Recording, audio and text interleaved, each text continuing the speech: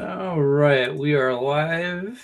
I got my socials out, but something was screwed up on my X. But I think it'll still take to the channel.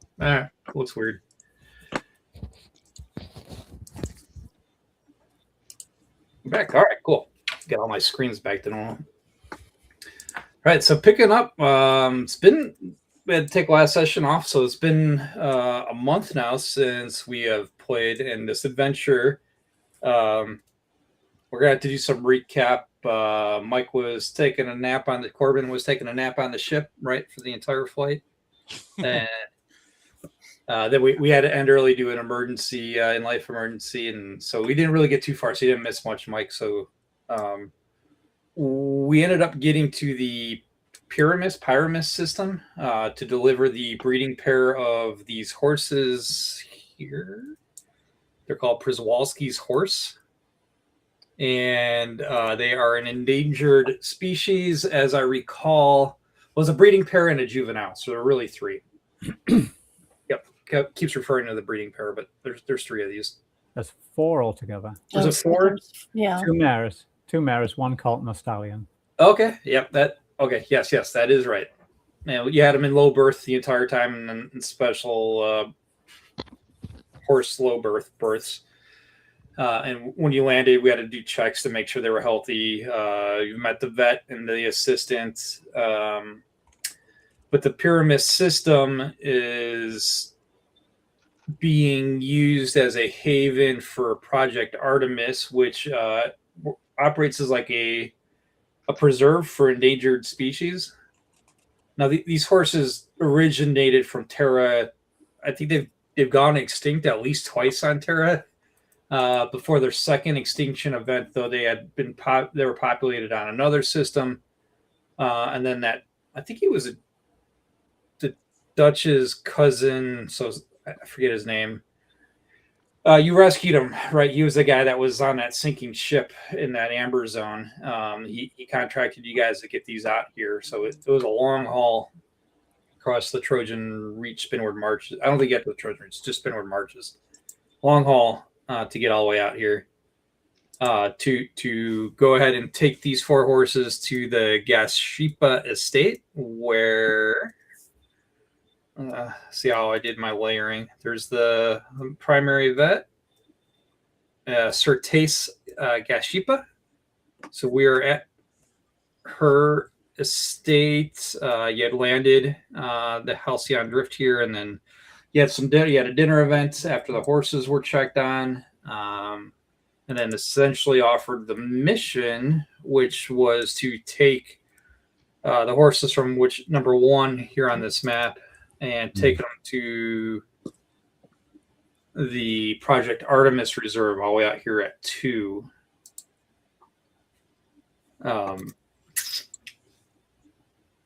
Any details you want to fill in or jog my memory, or want me to jog your memory? And I got the book available. I don't think we were able to use vehicles because the horses were spooked by them. So we actually have to like ride them there or ride. Yeah, I don't quite remember. Yeah, it's kind of the premise is kind of like that 90s.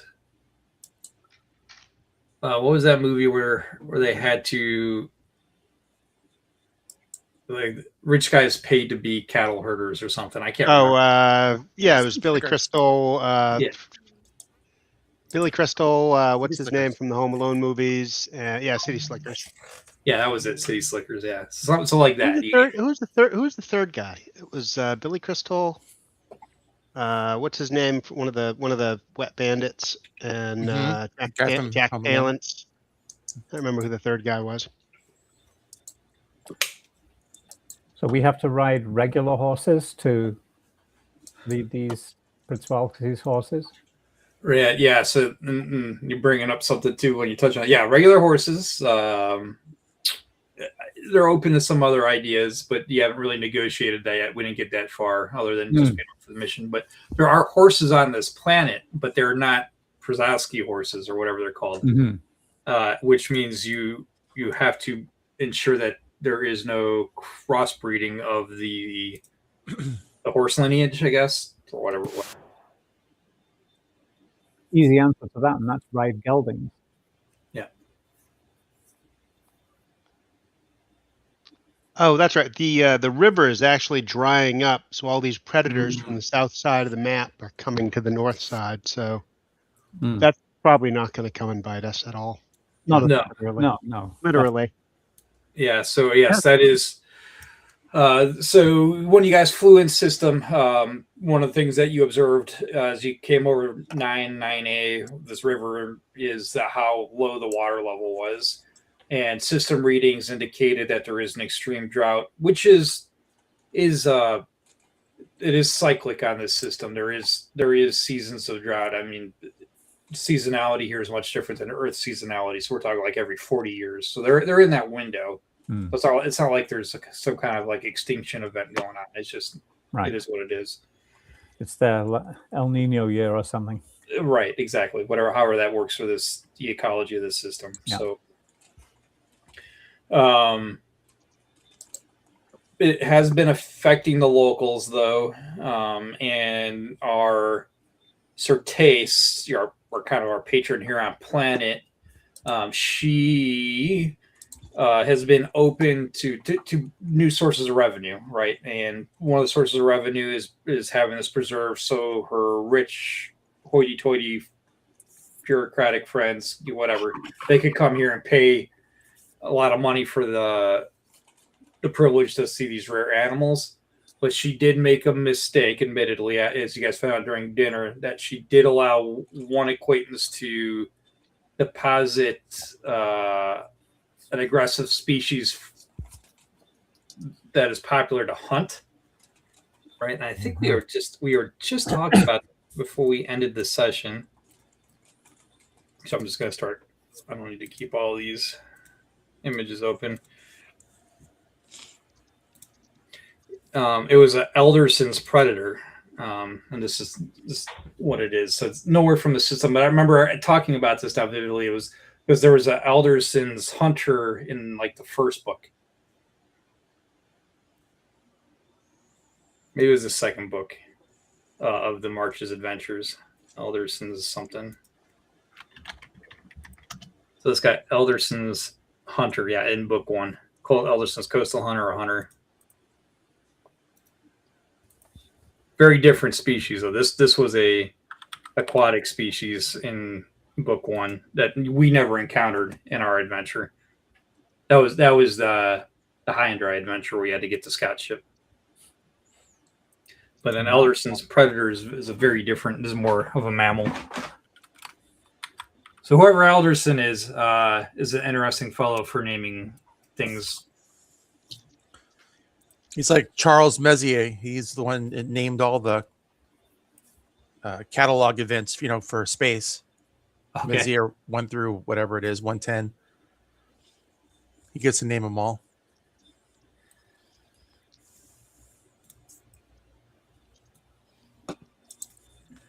What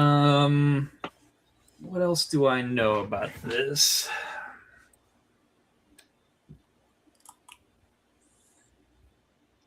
What else do you want to know about this?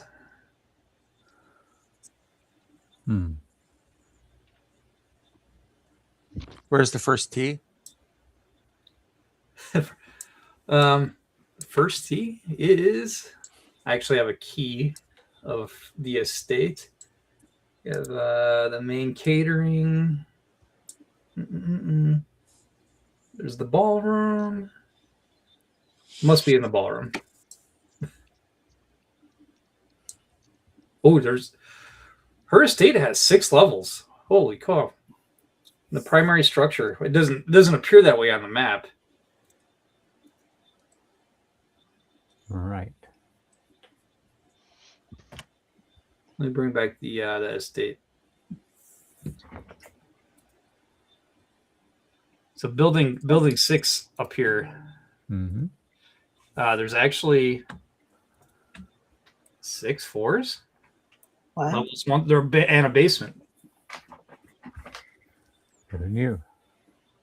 I don't recall talking about that last time. No. And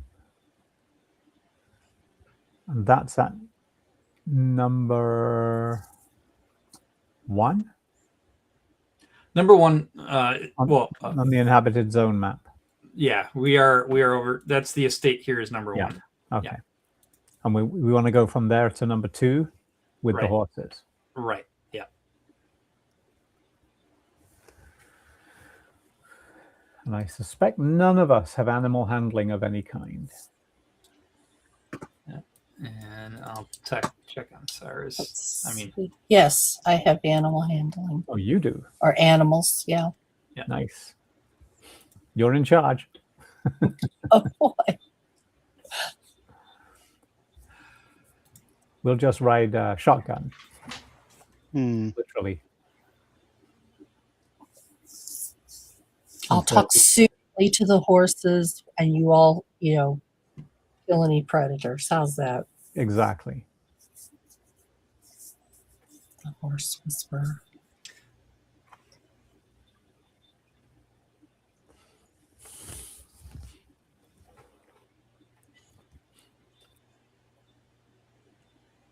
So are we saying I agreed that there were 5 horses? 5. I guess there's 2 mares. There's an adult male, two females, adult females. Oh, they have more to go over there than what you brought, I guess. Oh, okay. So what we need to get over there is an adult male, 2 adult females, 2 juvenile females, and a juvenile male. So they have 2 fillies to They add must- to that. Yeah, they must have to, in addition to, because we have 6 that they'd like you to take over there. Okay.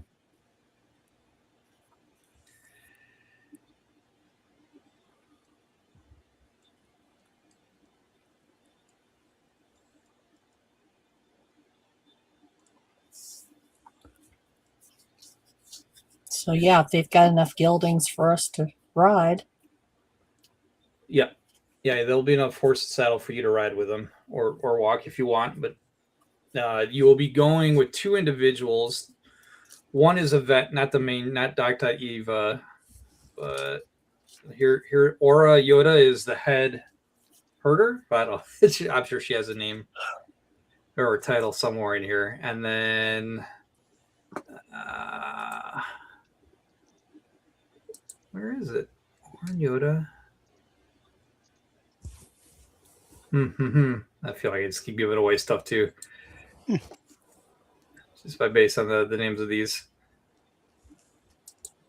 I had at least one more. It was the vet assistant, and I'll find her name in here in the book. Sure, I have an image of her.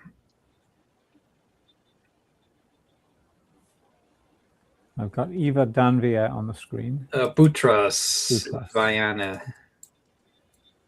So this is the vet assistant that'll be going with you as well. So Oren and Butras are 2 NPCs that will be going with you. Okay. Oh, Oren is called a animal wrangler. That is the title. Give you a little so.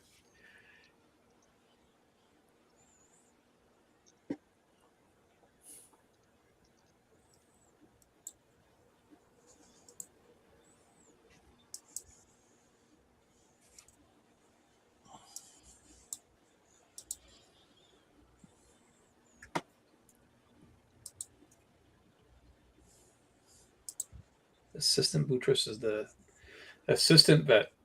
Yeah, okay. It's kind of reading. They don't give me much information on him. Animals vet 2. Now that distance is Qualified. the distance from 1 to 2 looks like it's going to be like 100 kilometers. Right. Let me see if this is not true, but I can't grab it. There you go. I'm not gonna be able to snap it. So 1 to the wastelands, 2, 3, 4 in a diagonal. So 4, maybe like more like 120. Yeah. I'm just being approximate. Yeah. As in, it's going to take us multiple days to get there. And what I should do, because we should map it as we go on an overland, I should slap a grid on this sucker. Mm-hmm. Give it the old hex grid. And So each one of those is 10K, let's say. Let's see if I get that as it goes there. So you're right. It's close now. Yeah, is it close to what is it close at? 25? It's close to 10K per hex. 10K per hex. Okay. Make it a little bit smaller.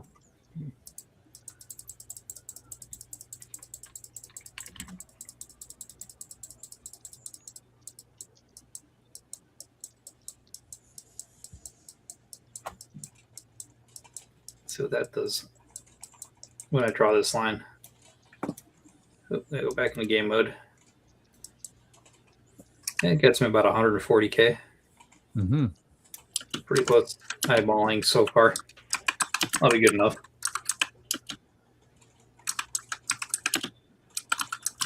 Maybe 5 days.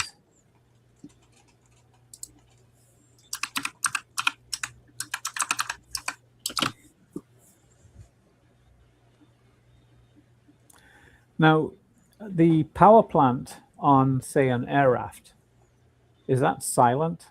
I mean, it's nuclear tech, right? Yeah, I would imagine I could bring up the system information. Right. What I'm thinking is as a backup, I mean, whoever's not here, we presume they're in the ship doing Overwatch. If we have an emergency, we can radio back and they can pop over in an air raft in a matter of minutes rather than days. Yeah, I mean, you have the what's our AI? Oh, what did we call it? I forgot his name. Yeah, Joe. What's the computer that we got running everything for us? Brian. So Brian. James. Oh yeah, it's it's a Brian. Is the model.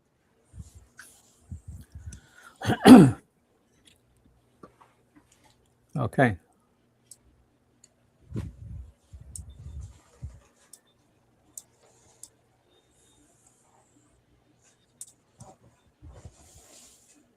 And despite the law level, you guys are authorized to take any of the gear you want. The knight has certes. She has said you may use anything and take anything you wish on this trip in the expedition. Okay. Well, we will arm up. Yep. I want my. I think I'll go with my Gauss sniper rifle and my flak jacket, my auto pistol. I'll just load it for bear. Take everything. All the stuff. All the things. It's better to have it, not need it. Overkill is a lot better than underkill. Exactly. Yeah. There are going to be some endangered species if you get within proximity of the Project Artemis. That when I read this, I think I read this, or maybe I'm just misremembering, but it reminded me I was in 29 Palms in California with a helicopter squadron in the military. We had to go out to the in the landing zones and make sure that there wasn't a specific a turtle there. We were looking for turtles Right. because if they heard loud noises or their defense mechanism, they would urinate. Well, they only drink water once a year, so you put their lives at risk if they didn't have anything in their bladder. Right. God. So kind of the same principle. You don't want to get those noises in that proximity of area 2 on the overland map. Right.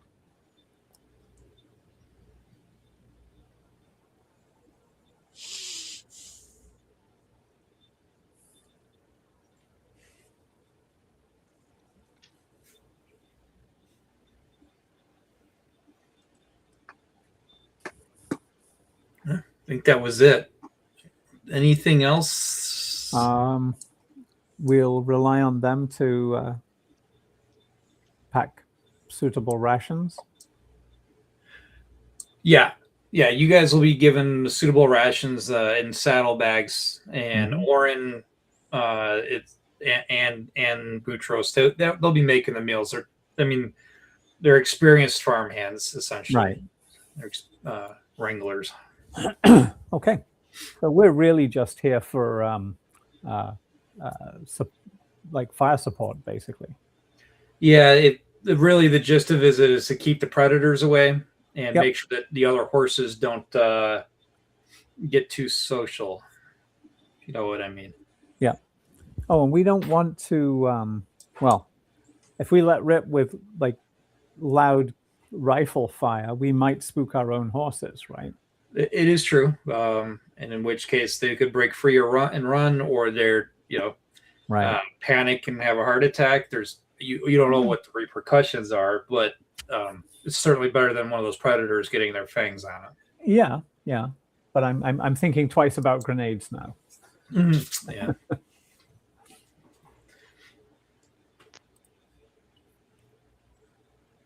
Well, it wouldn't hurt to have it just in case. Yeah, no, I'll carry them.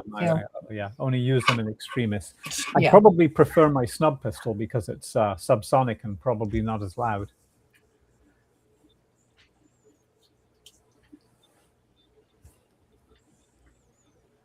And I think I'm decent with that. Let me take a look.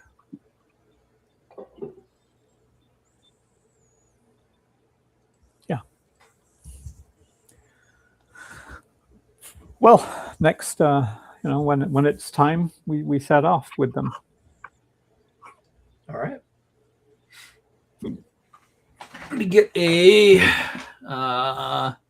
party representation token.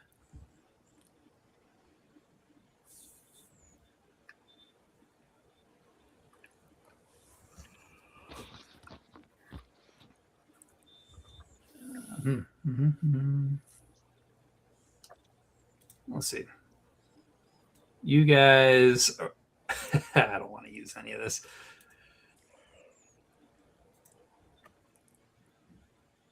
Oh, robot handbook. Here we go. We'll get some good tokens out of here. I don't know why I'm doing this. I could just look up a horse token. There you go. Synthetic horse. You guys are a synthetic horse. Okay. Yeah. Kind of funny. All right, and let me go into my events table to see what is going to happen each day. There's some random events, potential random events, and then there's the actual triggered events, I guess. So, Oren. Oh, and I got an image to share. I don't know if this represents any of you, but Oren does have a drone that she operates to kind of fly ahead and scout ahead. Singular drone. I was going to pretty ask silently. Drones. Yeah, and let me see, setting off, writing out. There we go. So here's the image out of the book for writing out. Yep, I see it. But Cool. yeah, Oren is definitely not the individual on that horse. Oren is the. She does not have facial hair like that.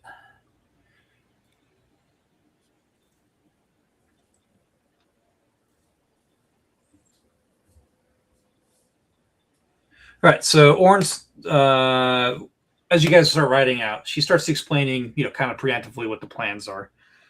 Day one, we're going to head out towards the riverbank, approximately 30 kilometers, and we'll make camp near the river. No point going much farther because we'll have fresh water there, and the horses will be comfortable. We have a good camp spot. Day two, we're going to go towards the gorges. They call it the gorges of Moss. We're just going to follow the river through a gorge and make camp at the far end. Then we're going to hit some wetlands that aren't annotated on the map. They're much smaller. And then we're going to go, there is a trade bridge way to this kind of, I guess I'm over here. And then after that, we'll be undecided on which route I want to take. If we're going to continue to follow the river, because those creatures are, the predators are near the forest line. If we continue along the river, they may pick up on us. But if we go on the north side, it is, and start getting farther away, that river is dry. We probably don't have any more water if we start getting away from that forest. I'm concerned about the horses' wellness. So I guess that's one thing they don't have. They don't have pack horses carrying water for overland. They're counting on using, Orin is counting on using the river as much as he can, even though it's almost dry at this point. So despite the fact it's blue on this map, there are just puddles of water left right now. But she knows where they're at, and that's why she wants to stay on it. And she'll use the drone to scout ahead. So you guys just watch the flanks and the rear, and that's basically the gist of it. You guys have any drones or anything, any kind of tech that you could use to help? That wouldn't spook the horses. I don't think we have any land-based drones. We should, but we don't.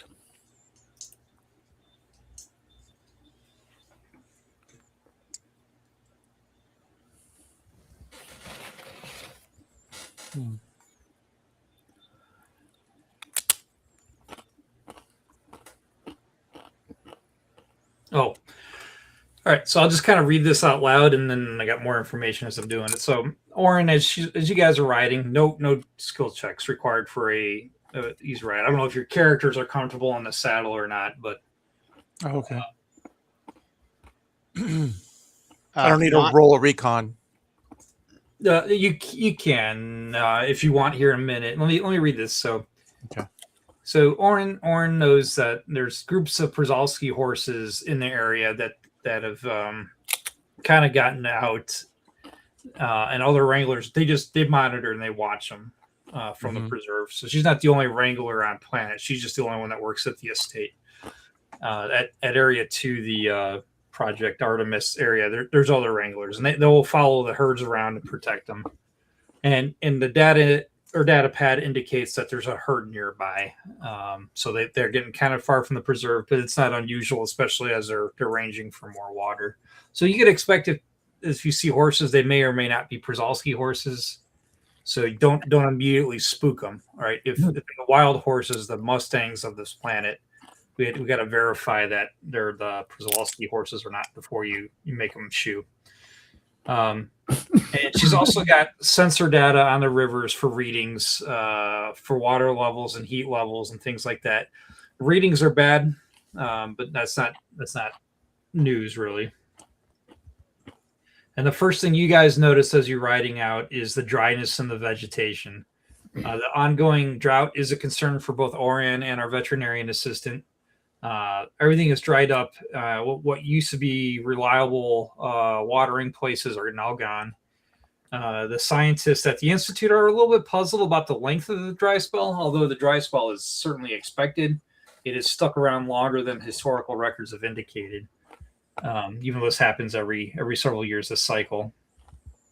After a while,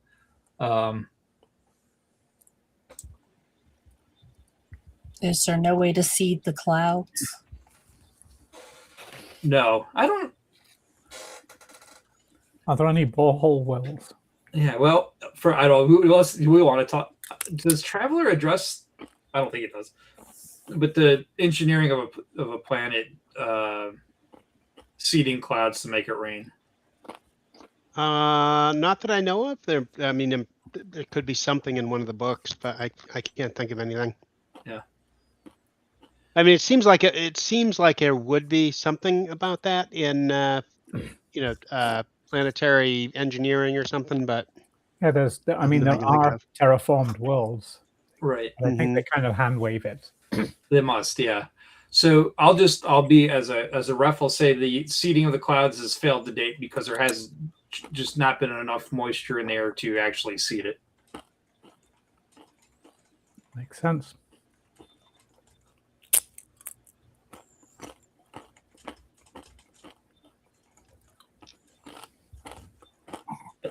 I think somebody else was starting to bring a topic up before the seeding or during the topic of the seeding. I was asking if there are any borehole wells. Oh yeah, there's a water table for sure. This would be another thing maybe I just hand wave.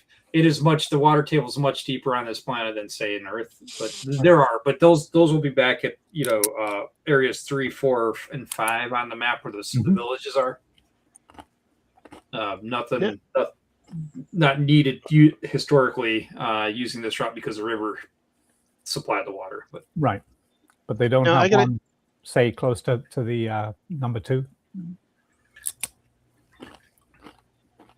maybe there's some. Maybe when we get to number 2, I would say any settlement probably has it. Right. Now, actually, I have a question. Why couldn't we have someone? There's still people at the ranch, right? After we leave. Yeah, the estate. Yeah. Okay, so why couldn't we have the air raft filled with water containers, bring it down, a couple hundred yards away from the horses, and then go and collect it? I don't have a problem with that. If you want to, pre-supply your route. Yeah, we could either pre-supply the route or, that's probably a good idea. I like that idea. Like a Yeah. drop every day, like every day's distance. Yeah, and she knows where the camps. She's already mapped it out where she's planning on stopping every night along the way for all 5 days. So, well, actually, the 5th day she's undecided, but that's because she didn't have a plan for the water on the 5th day. But this will solve it. You just determine, you can say hey, we're gonna put it right here. Yep. And that's where you're heading that day. That's day 5, 5th day of travel. So you know that's on the route.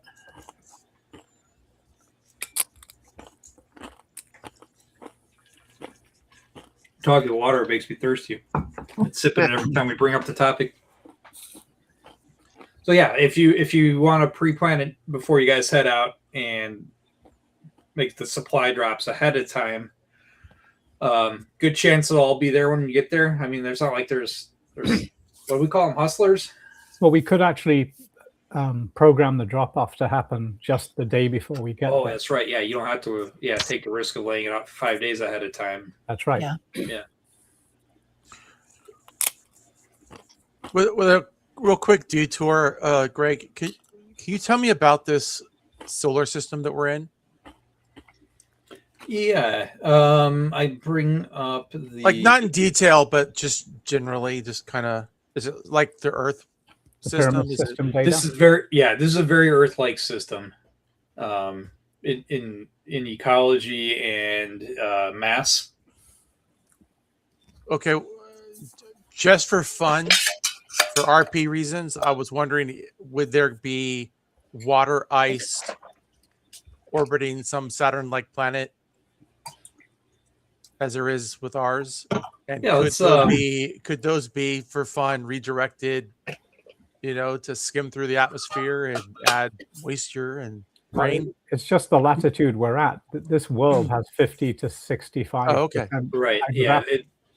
Exactly. Okay. It's the part of the continent you're on that's actually going through the drought. I'm the entire planet. I thought it was a dying world, no rain. Okay, I gotcha. Sorry. Yeah. All right. But I do got traveler map, but we could look at this. I mean, it's good for the stream for sure and the immersion. So let me get Pyramus up, and then I'll start sharing this on the stream. So we did kind of hand wave getting here, if I recall. like we ended the session, said we're in system, and then when we started, we were planet side basically. So let me share a traveler map. Pyramus.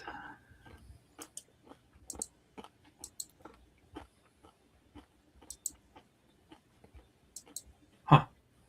I lost the point on where we're at on the map. All right, what's our 2538. thank you 254 right here. Oh, all right. So we do have a gas giant in system. UWP frontier installation size standard, atmosphere standard, and standard is Earth standard basically. Large hydrosphere, so there's oceans and stuff. We can look at the wiki, and I'll share that. And sometimes they have the map. Wow, they got a lot of cool stuff here. Let me share the wiki on here.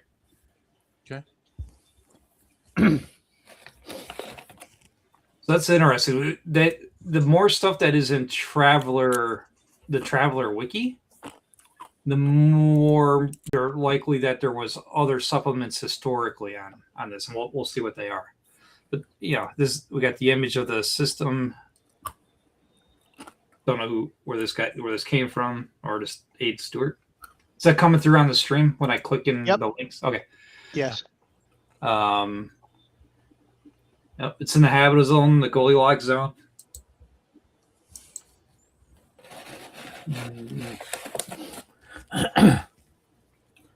I mean, it's kind of shocking that such a decent system is so low inhabited and so low tech. Yeah, well, maybe this goes towards Project Artemis, trying to keep this just similar to that Amber Zone system you were in the last adventure. They're just trying to keep people out of it, so that way they can keep it more of a nature preserve. But man, that would indicate that this Project Artemis, where you guys are taking these horses, must be much larger presence planet wide. Because we're only we figured 120 to 140 kilometers away, so why would it? But I'm just kind of looking up. So this came in GURPS, this system. So here's all the reference. So Spinward Marches, GDW, Encyclopedia. I'm just saying if there was a Mega Traveler Journal had this system in it. That's UWP only. Okay. I would say probably. It's probably because of this adventure, I would say. I don't know. Yeah. I mean, I'm sure you're right. This seems like there's just a lot. I don't think this adventure is new, like in the last 2 years, right? Oh wait, this is number 4 or number 5, right? So it came out when they it would have come out when they updated the you're right. It would have come out when they updated the book. So just it has a large wiki for not being a main adventure planet, unless there are some other supplements. So okay, yeah, very interesting. I hate to do it, but I'm going to go ahead and have to leave. You got to call it? Okay. Yeah, I'm not going to make it. All right. Understood. Y'all have a good night. Yep, you too. You too. Night. Get this back on the game stream.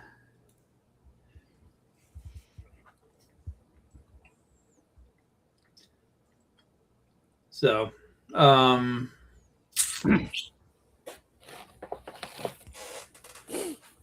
felt like that was quite the tangent. Mike, did that answer your question though? Yeah, no, it was just I misunderstood the system. I don't know if it was explained last session or I just didn't hear you this morning or earlier. Yeah. That probably didn't make it. The drought is regionally specific. That's more to the point, not the system itself. So the idea of either like seeding the clouds or well, that's what spurred the idea was you guys were talking about seeding clouds, and I thought, well, if you're going to go that far. I think last session Greg shared the UWP entry for Pyramus in Fantasy Grounds, so it was still up for me, so I could see that. Yeah, but we didn't go. I don't think we went into detail last session, but anyway, that the drought event is regional, so.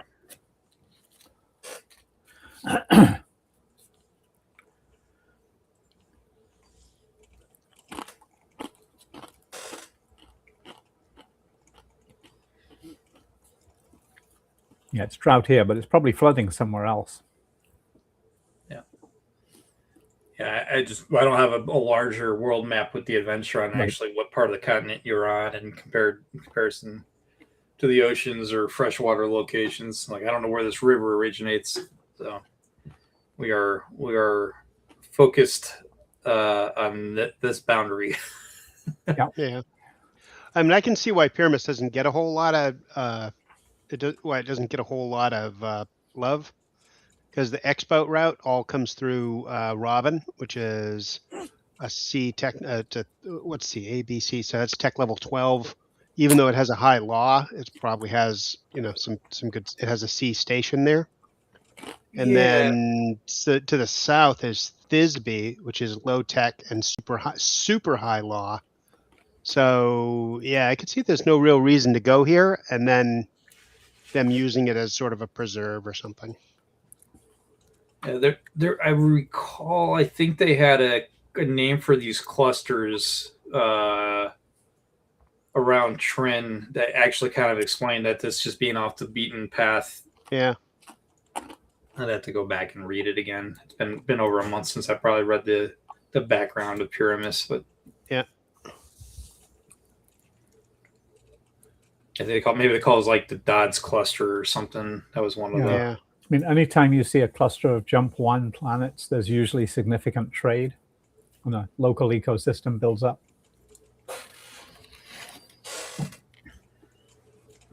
Oh, Aramis is just to the south. That's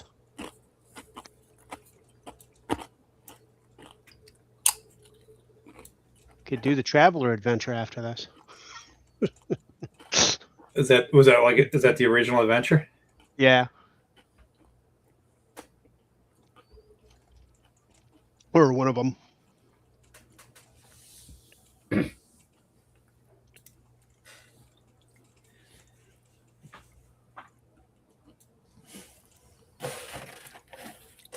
Okay, so day 1. Do we have any encounters? Yeah, day one. So So right now I'm getting us out to the water there, and they can camp near the river. This is a random day, and we have a clearer blue skies, and the heat even breaks a little bit at night, so it's comfortable sleeping under the stars. Who is sleeping under the stars? Who has a hab unit? Who has a tent?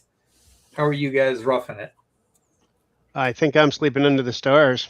Yeah, Kranz is under the stars. It's got a same. bedroll. And I don't have a telescope, unfortunately, but I'm gonna. Oh yeah, the recon.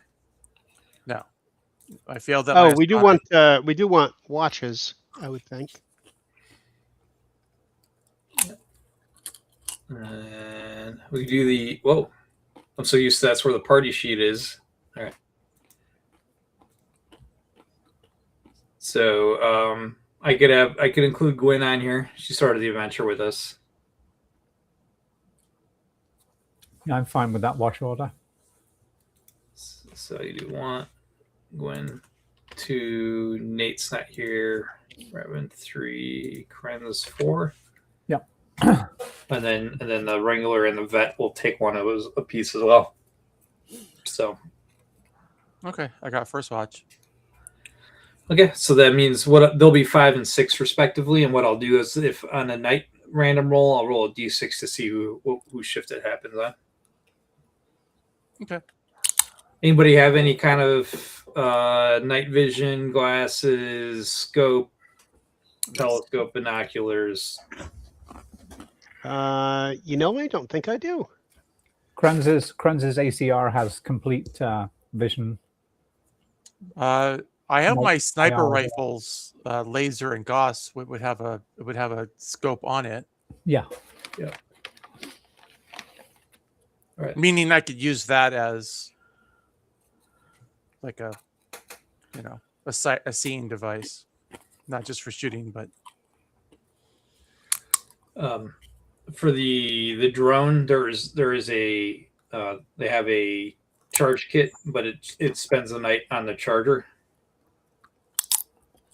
I'm sure in the far future the batteries are much more efficient, but the drone's still operating all day.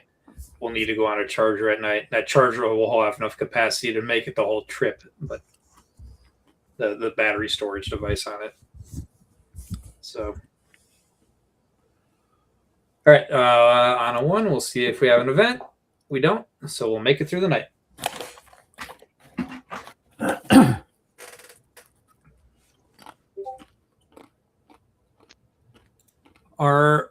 My die rolls are coming. Yeah, you guys can see my die rolls. All right. Got our watch set. Check that out on break. All right, next we are following through to the gorge mouth. All right, so 20, and it is as far as it happens until we hit this event. So the river is called the Caney River, Kaney. Is very low for this time of the year. Much is obvious to you guys as you go, but trickles of muddy water flow sluggishly over the rocks, picking up dust as they go. So it just kind of gets thicker and thicker heading down river. But some channels are becoming choked with mud, creating pools that, while they become stagnant, there's enough standing water for the horses to lick, before they get mud again.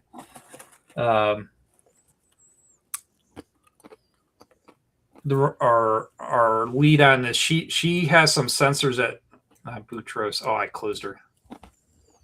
Images. What was her name?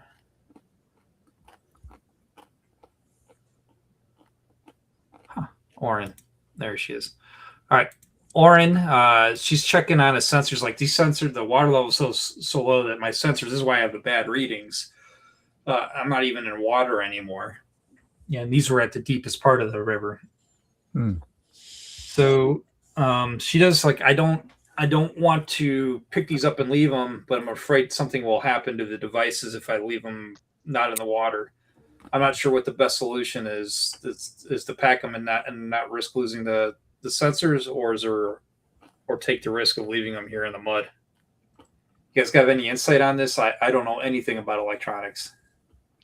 You're saying the sensors need to stay moist?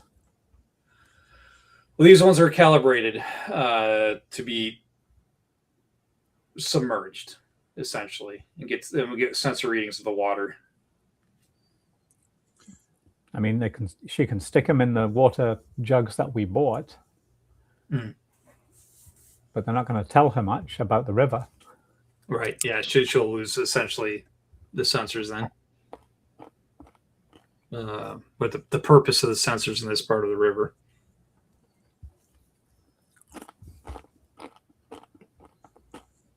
I mean, we can collect them and keep them if she needs the equipment. If she can't replace them, I mean, we can just collect them as we go, and then she can put them out again when the water level rises. She does like that idea. That's very reasonable. I think that's what she'll do. She's going to pick up any sensors that are at risk of deteriorating in the arid climate now that were calibrated to be in wet environments. And I'm going to, because Gwen is not here. Gwen is concerned about the horses drinking that water. She's going to do a biology check on the water just to make sure it's safe for the horses to be drinking. Good idea. I think that's reasonable for our scientists to pick up on them drinking out of the stagnant water. And what does she has? She has science biology. Here we go. I think here we go. How do I play a character sheet? There he goes. All right. So you guys see Gwen with a little mobile lab kit take some water samples, kind of similar to what you do in a pool kit, right? Checking the pH and all that. She's holding it up to the sun and checking it and reading the readings on her data pad.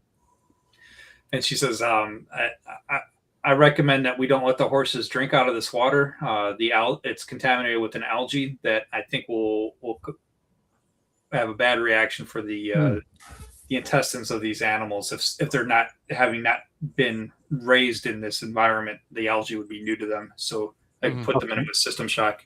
So we can use up the water that we bought, pour it into buckets, and offer it to the horses.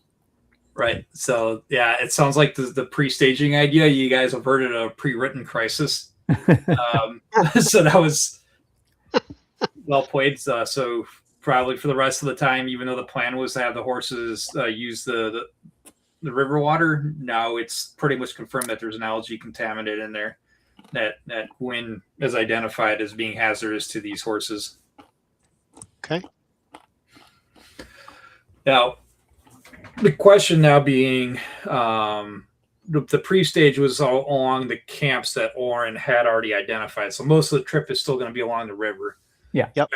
You can't really reroute. You could only just keep the horses from going in the water if you're going to stay on track for your scheduled supply drop. Mm-hmm. Right. Or you're going to reschedule a supply drop and reroute. I guess that's our that's a that possibility. option is now available to you.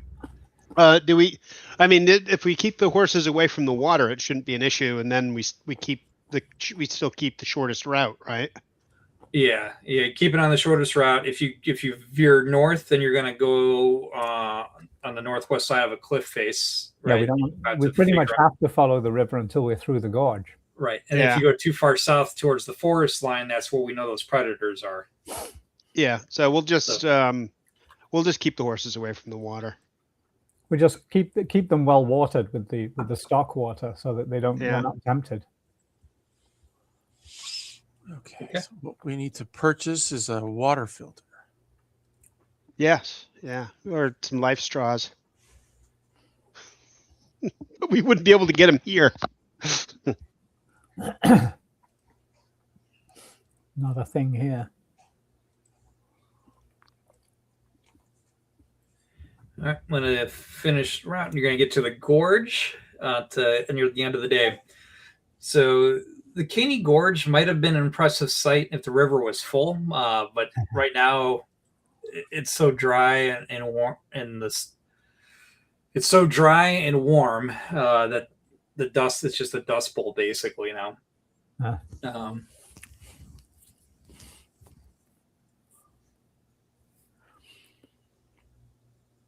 Okay, so now I can share this next image. The one I was trying. Some of these, if you guys saw the image names, you kind of know what's coming. But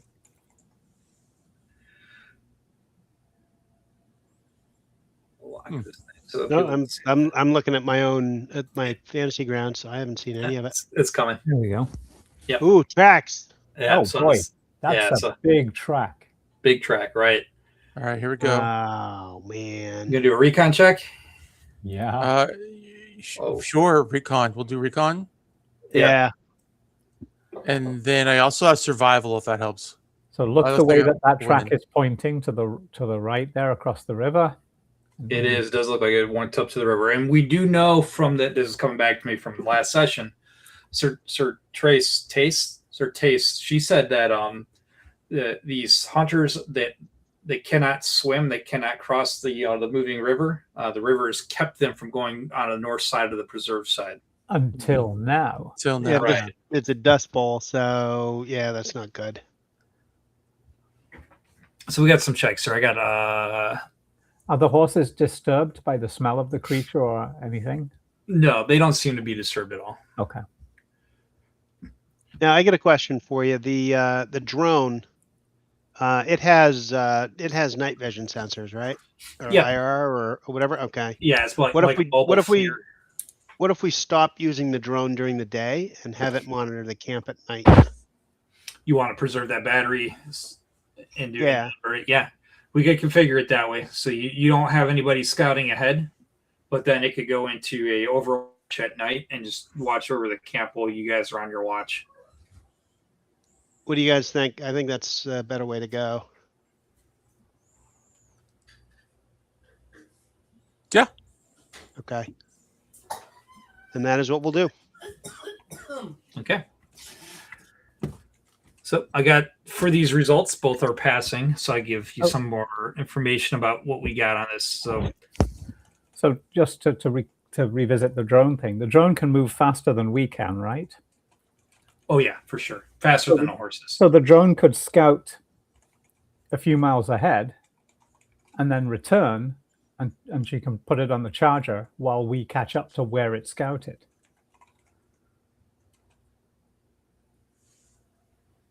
Up to the party. Yeah, actually, that's even better. So we won't have real-time coverage of everything, but we'll have an overview. Yeah, like if we know we're going to come to a bad like a rock slide or something similar, we'd know ahead of time. Yeah, or a herd of creatures. Yeah.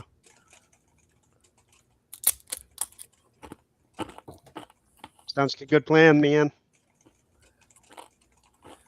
All right, so got a couple of things. I still got to talk about these rolls that you guys made. So let me review that. But we could have that scout ahead. So does that print match the Alderson's Predator, basically? No, that's what I have to reveal to you. Wow. So the print is unusual. You notice that not only is it on the south side slope, but it slides down. And then you can see on the other side of the gorge a rock scree where there was a scramble of some kind. So this thing, whatever this was, made it to the other side based off of Corbin's recon roll with a plus 3 effect.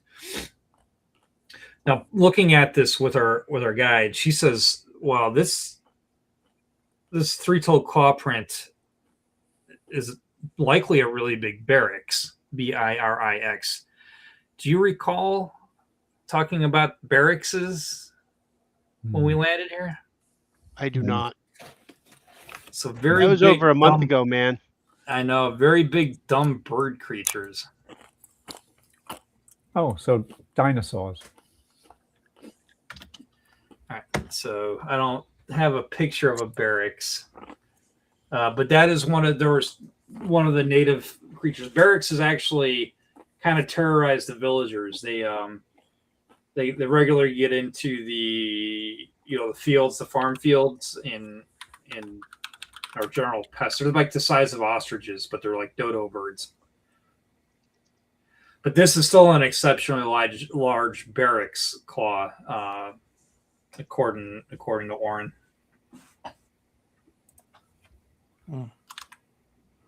She says, "We are aware of the Alderson's Predator, but I don't know if this would make that print or not." And you guys have asked the image to the Alderson's Predator. Mm-hmm. So it is feasible.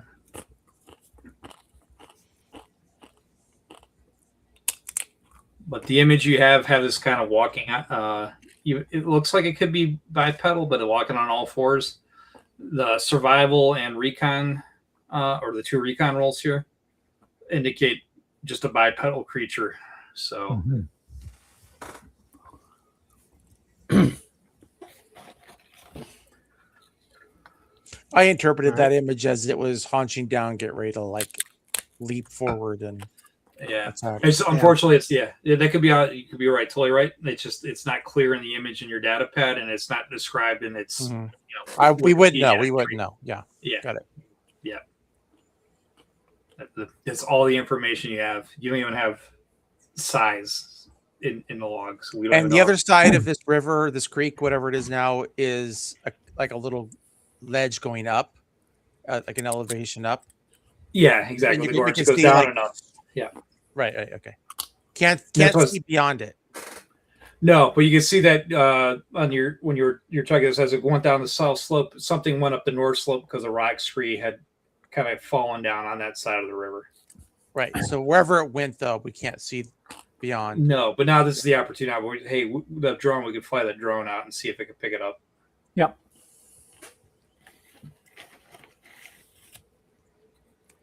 And I assume this bird thing is flightless? It is flightless, correct. Yeah.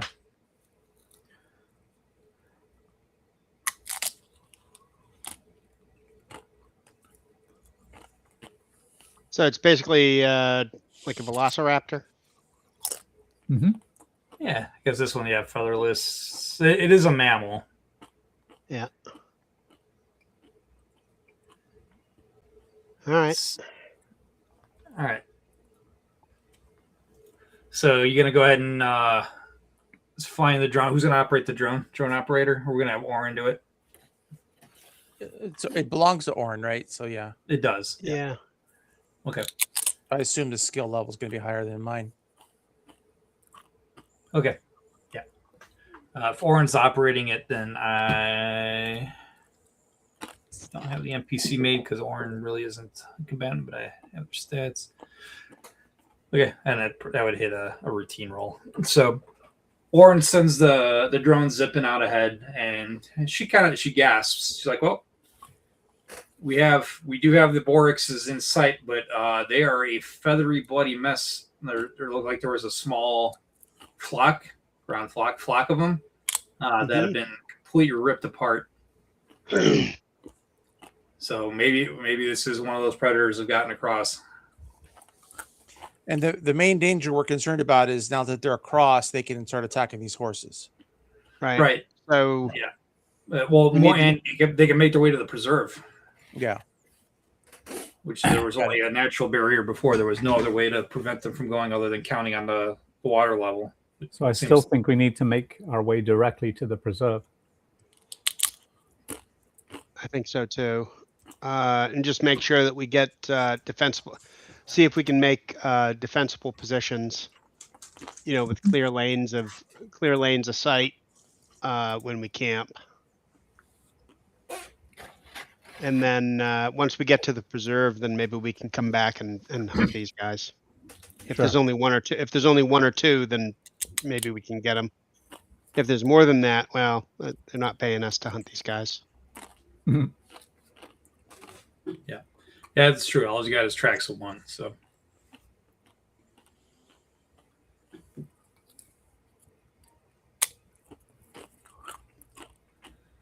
All right, and that gets us to the gorge for the night.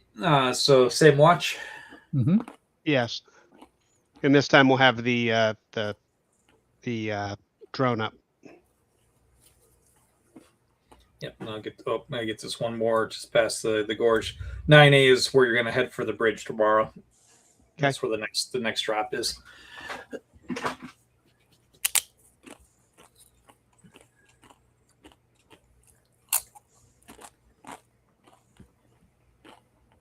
Okay, so I got the watch set. I'll bring it up if I roll a 1 on this. We are good. So no random encounter tonight. So next day, heading towards the trade bridge. See if there's a random event on the way.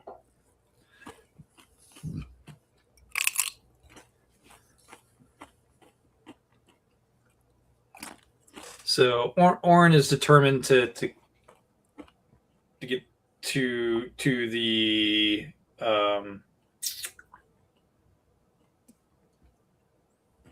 Project Artemis, right over in Area 2. After a night's sleep and worrying about that creature, it's like even though we only found tracks of one, it doesn't mean more have been getting over. If on the way you guys want to do survival or recon checks to see if you have any other signs of this thing, any of them crossing, Sure. Go ahead and I could tell you if you notice along the way.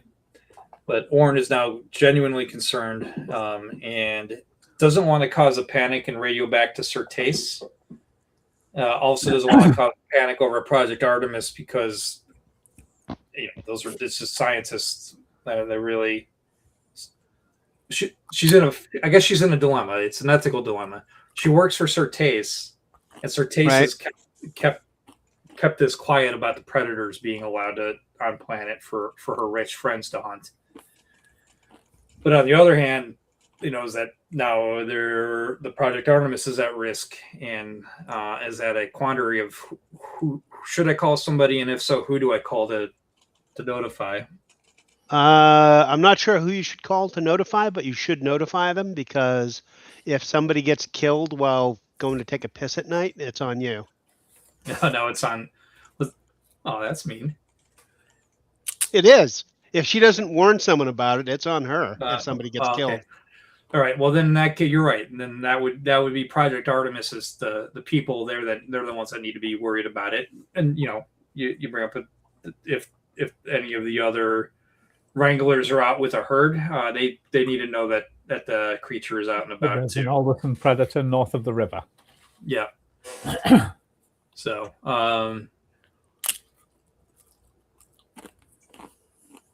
yeah, I think it's the moral quandary doesn't require a roll. She understands that her job working for Certes is now at risk for reporting it, but she's going to call it in, and she's going to say there's a signs of a Anderson's predator has made its way north of the river, and now we're about 8 hours since the initial finding, maybe 10 hours since that initial finding, where she finally, it would shoot at her long enough where she's like, I need to say something. So we don't know what's happened in not only the 8 to 10 hours since she found the track, but however cold those tracks were. Right. Corbin, I lost the ball. It looks like you rolled an 11 when I asked for these for today's recon checks. You can confirm that nothing has crossed the river today.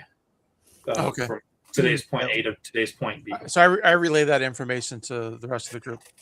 Okay.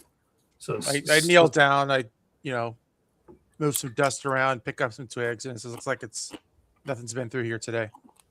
Now, Corbin, one other thing you can do is just as a game mechanic is you could make a task chain and potentially get a bonus to your recon roll by using your survival, or a bonus to your survival roll using your recon. I made a survival check to give him a bonus. Oh, did you? Okay, I didn't hear that. Okay. Then I got 11. Yeah. I would have given him something. You would have given him a +2 unless your difficulty was a 5.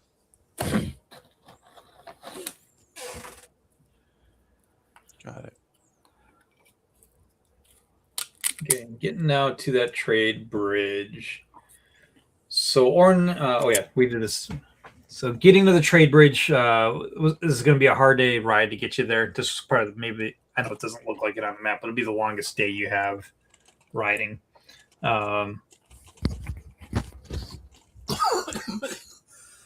And she informs the project of what has happened at the, from yesterday's investigation, and that this has made its way to the other side. And it looks like whatever the predator is already attacked some boraxes.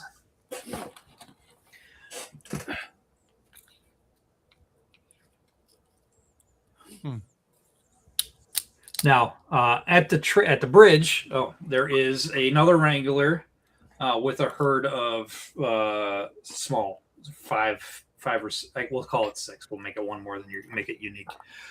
A 6 horse herd that he is wrangling right now, and he is letting them drink from the water, even though you guys have a supply dump right here. Yep. To catch. He thought better than to disturb it, not knowing who it belonged to. If there's any left after we water our horses, he's welcome to it. We should warn him about the algae infection. Yes. Okay. He says this is the concern about for this algae is am I doing, is this the metric and imperial pronunciation, algae and algae, or am I just Midwestern?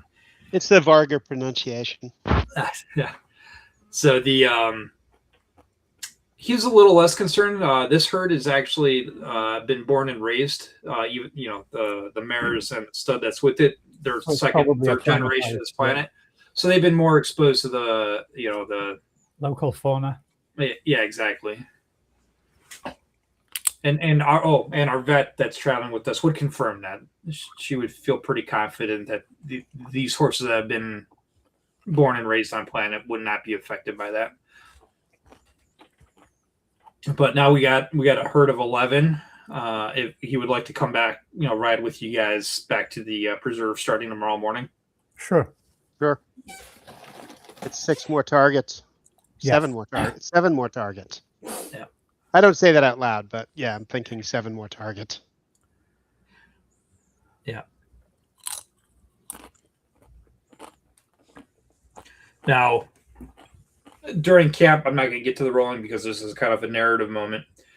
Now, the 3 NPCs, I don't have a name for this one. I don't know why. So I'm going to roll one up on the D6 table. Caps lock.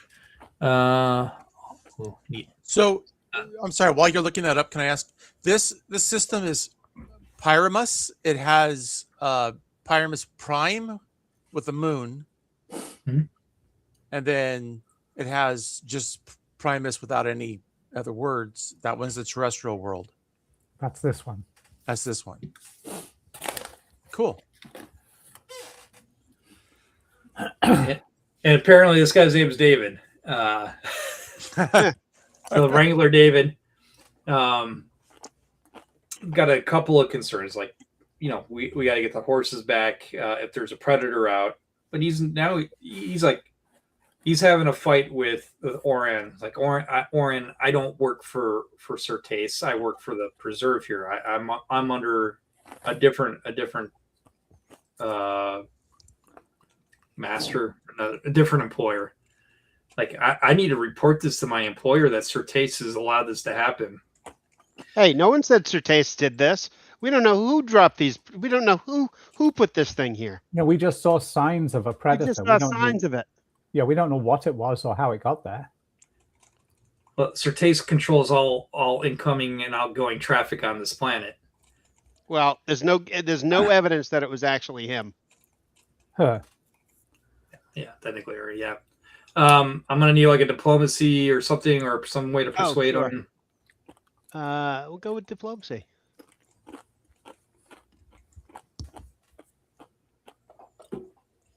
I'll give an advocate role to use legalese to deny all liability. Okay. Oh, well. Well, if it's a chain, we're still good. Yeah. Revan's got the big bonus on that roll if we were to chain it together. All right. So David comes out. It's like, okay, so maybe Certace doesn't know, but maybe Certace should know, and I don't know how I feel about that. Let me stew on it. Obviously, I'm not going to change anything tonight anyway, so I guess I was getting worked up over This is nothing. the situation we find ourselves in. What we Yeah, have there's to nothing do you now can is do. prevent harm. Yeah, I mean, there certainly can be an investigation later, and I think Certace can find someone to take the fall. We don't say that. No, but I don't say that out loud.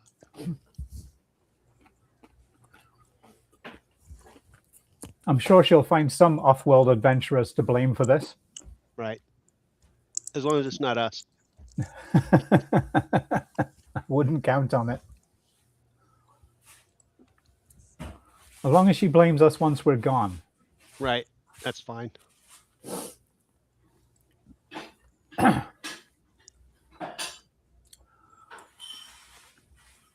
This is Jurassic Park all over again, isn't it?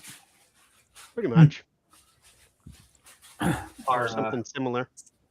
our local theater, we have a little one cinema theater on a main street in my neighborhood.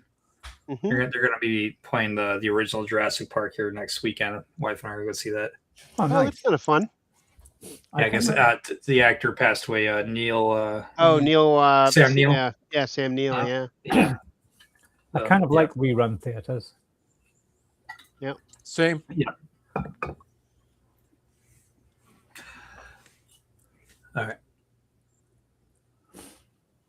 And So we settled this guy down basically about his. yeah, about overreacting and Yeah. contacting his employer at the Project Artemis that Certace has been. Yeah. So so everybody's focused on the immediate threat, and we encourage him to join us on one of the watches. Yeah. All right. So let's see if we have a random encounter. Oh, we do. Uh-oh. And he could be part of the watch, although not necessary. I'm saying we could put him, encourage him to be on one of the existing Yeah. watches. Okay, 1 through 6. Uh, And I'll show you the party sheet right now. 5 Great. is the vet and 6 is Oren. 3. 3. Well, I would do the same. I'd advocate for me too. And there it is. And then was the drone doing the Overwatch plan? Yes, the drone is doing the Overwatch plan with the IR. So hopefully we'll get a basic recon roll. All right. Well, you will not be. Yeah, it's automatic. because this thing has essentially the heat sensor, the FLIR, and And the the motion optics. detector. It'll detect anything coming close. Okay. That's And it does. so. I guess we'll call this before dawn. Right. While Revan and David are on watch, the drone starts doing a beeping noise. It should be loud enough to probably start waking everybody up. But who's on visual on it? Is that Revan? Probably be Revan because he has computer. He doesn't have remote ops, but he does have computer. All right. So now I got to see what it is. It's a D3. Oh shit. Okay. So coming from the tree line is one of those hunters. So go ahead and add it to the party sheet. How far away is it?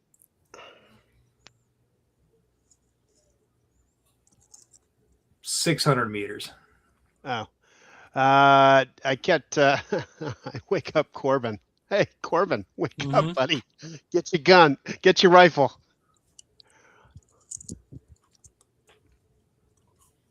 Okay. I have a sub gun. I'm only good at 50 meters or less. All right. Gwen will pipe in. She says, "Our horses are tethered, but David's herd is not." Sucks to be him. Okay. I mean, well, it is what it is. It's Okay, so let me ask a question here about this. So I have, as I said, a laser sniper rifle on my person, and the gauze sniper rifle, which I think is the one with like more of a loud noise.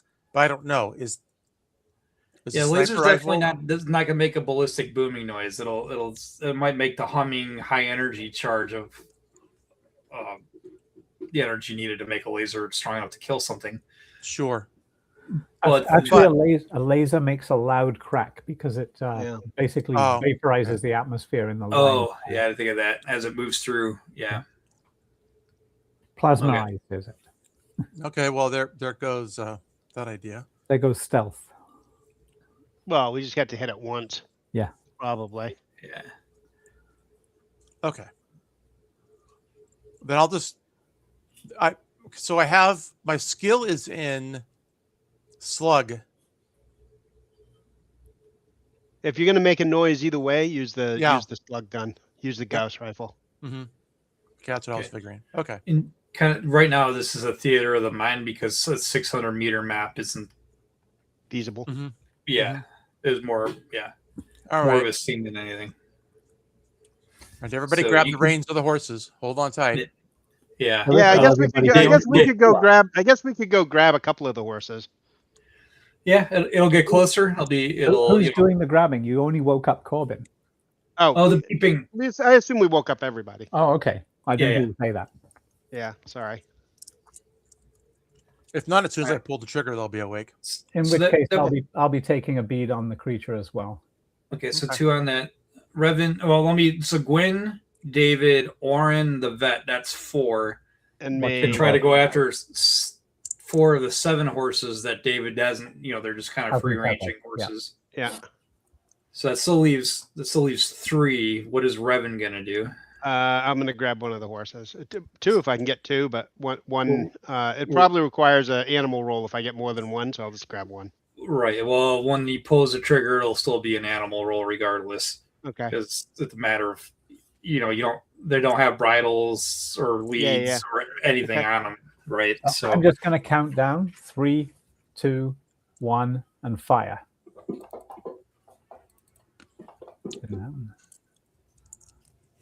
both successes. I want to see if I get you guys. It doesn't work like that, huh?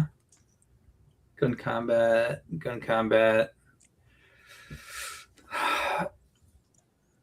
I'm gonna set up the targeting for you guys because it's in the theater of the mind. So Corbin, you're targeting. Yeah, I even rolled the wrong thing.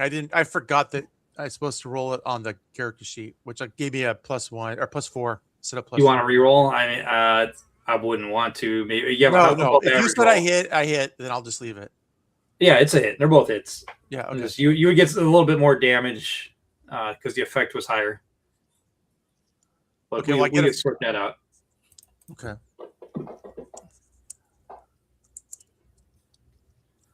All right.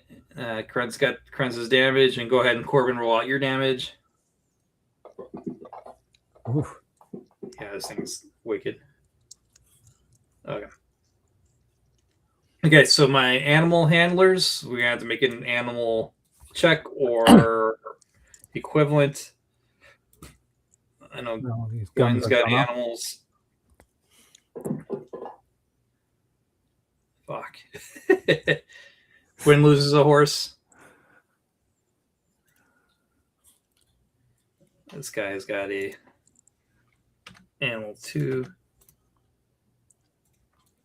Oh crap. Why? Why am I keep rolling? One more time. Roll 2. Okay, +2. David loses a horse. The vet's only got a +1. Oh my god, the vet loses a horse. And I got Oran's got a +2. I don't know why I keep doing that. She loses a horse, and Revan, are you? What's the stat? What's the stat? It's animal, and I'm happy to take. A wisdom's a good one, yeah. Yeah, well, yeah, an education or a dexterity. I mean, it's one or the other. You either. I'll do education. It doesn't matter. It's the same either way.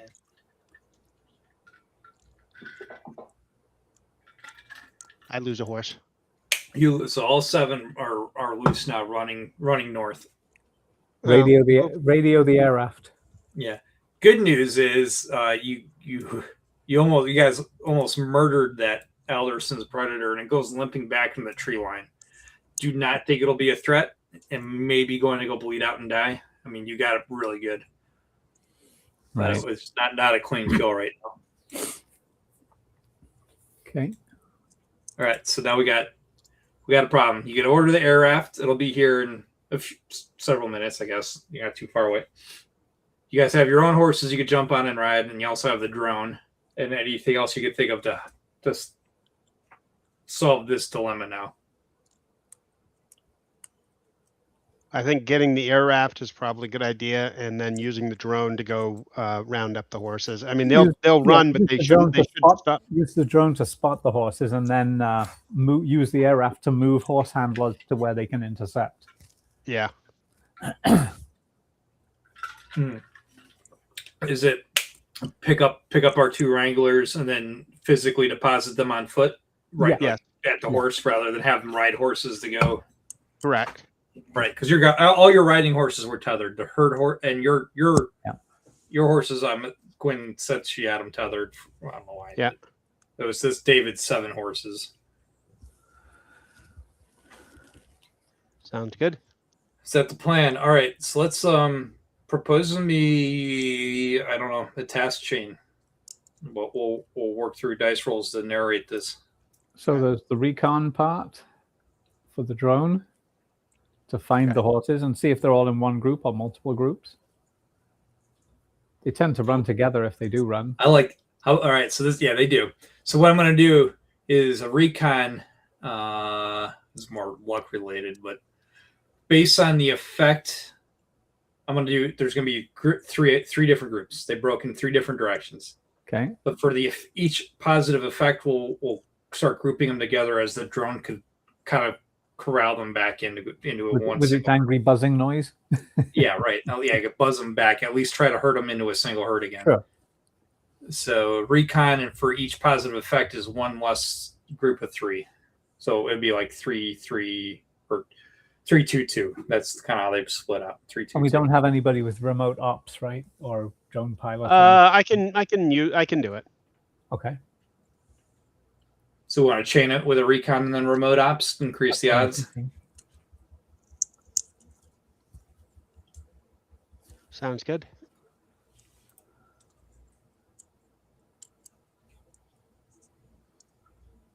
So my recon is +1, in case anyone wants to know. Or I mean, I have a 1. Total of 1. Have better. Going once. Twice. Gone. Gone.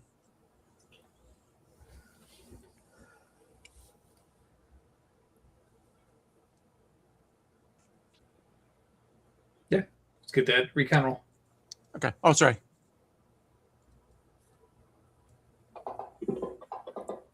Yeah, that works. Oh, yeah. Good. Nice bonus now for now the remote ops. Oh, well, that's not bad. What's our bonus from the +3 effect on the chain? But anything higher than zero is basically +2.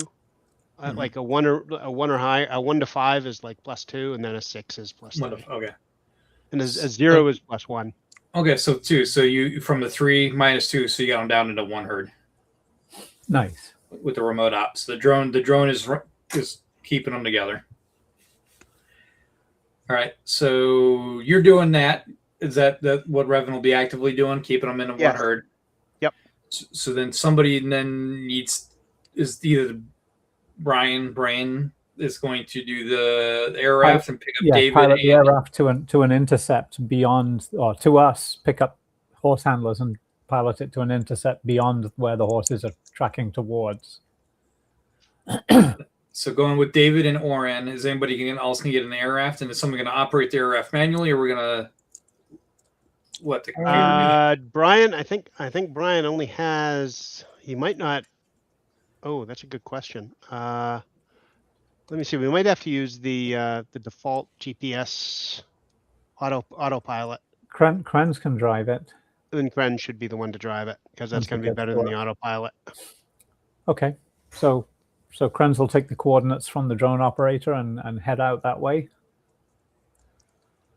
with the two, Dave and the other Oren? Yeah. Can a horse and rider fit on the air raft? Not the horse. Oh, okay. No. It's like getting a horse into your car. Yeah. Oh, right. Gotcha. We did get So a goat into a car once. It did not want to go. So the remainder of handlers could ride towards where we're going so that we sort of corral the horses back into a sandwich. Yeah, do we want to just take, like, say, David and leave Oren on, and Oren can take her horse and follow from behind? Sure. Yes. And presumably everybody else at this point. Yeah. Yeah. And So then, Krenz and David will go beyond in the air raft. Krenz and David will get up ahead, and you can try to drop David off in front of where the horses are running.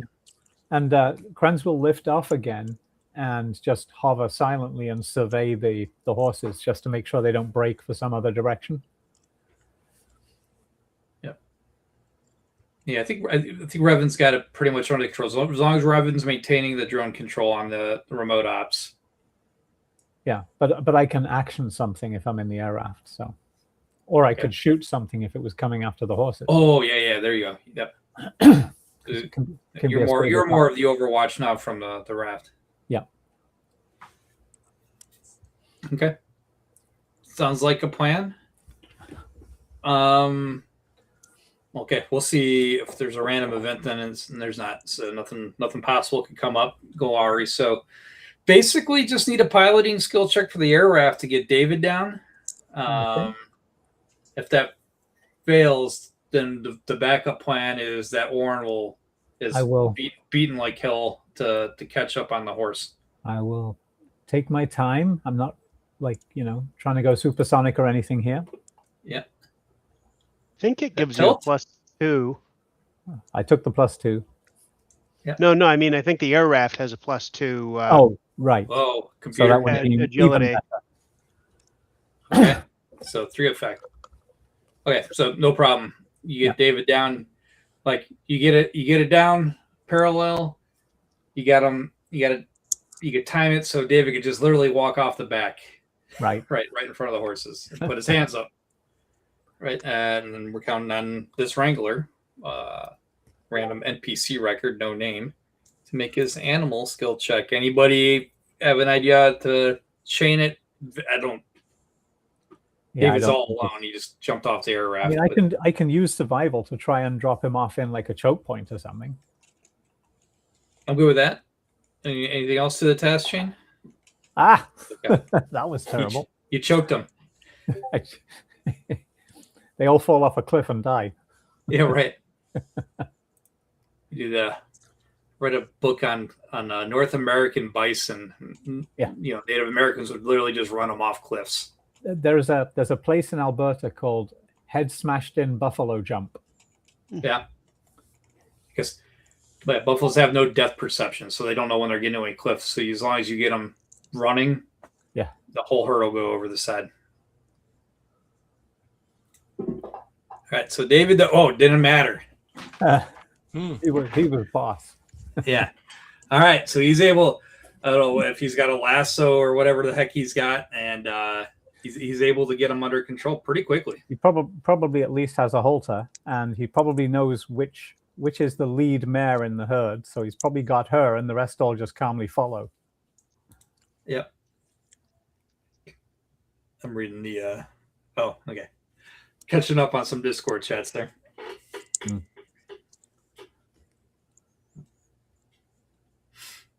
All right. Well, crisis averted then. Also good. David knocked out on a 12, and you guys had a good plan. Yeah.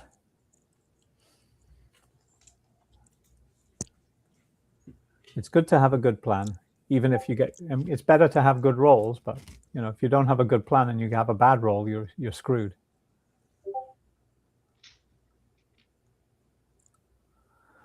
All right, so we get the group back together. And that was on the night that was in the pre-dawn, right? When this happens. And so everybody's probably pretty much awake now, so we should probably make a breakfast and get ready to head out.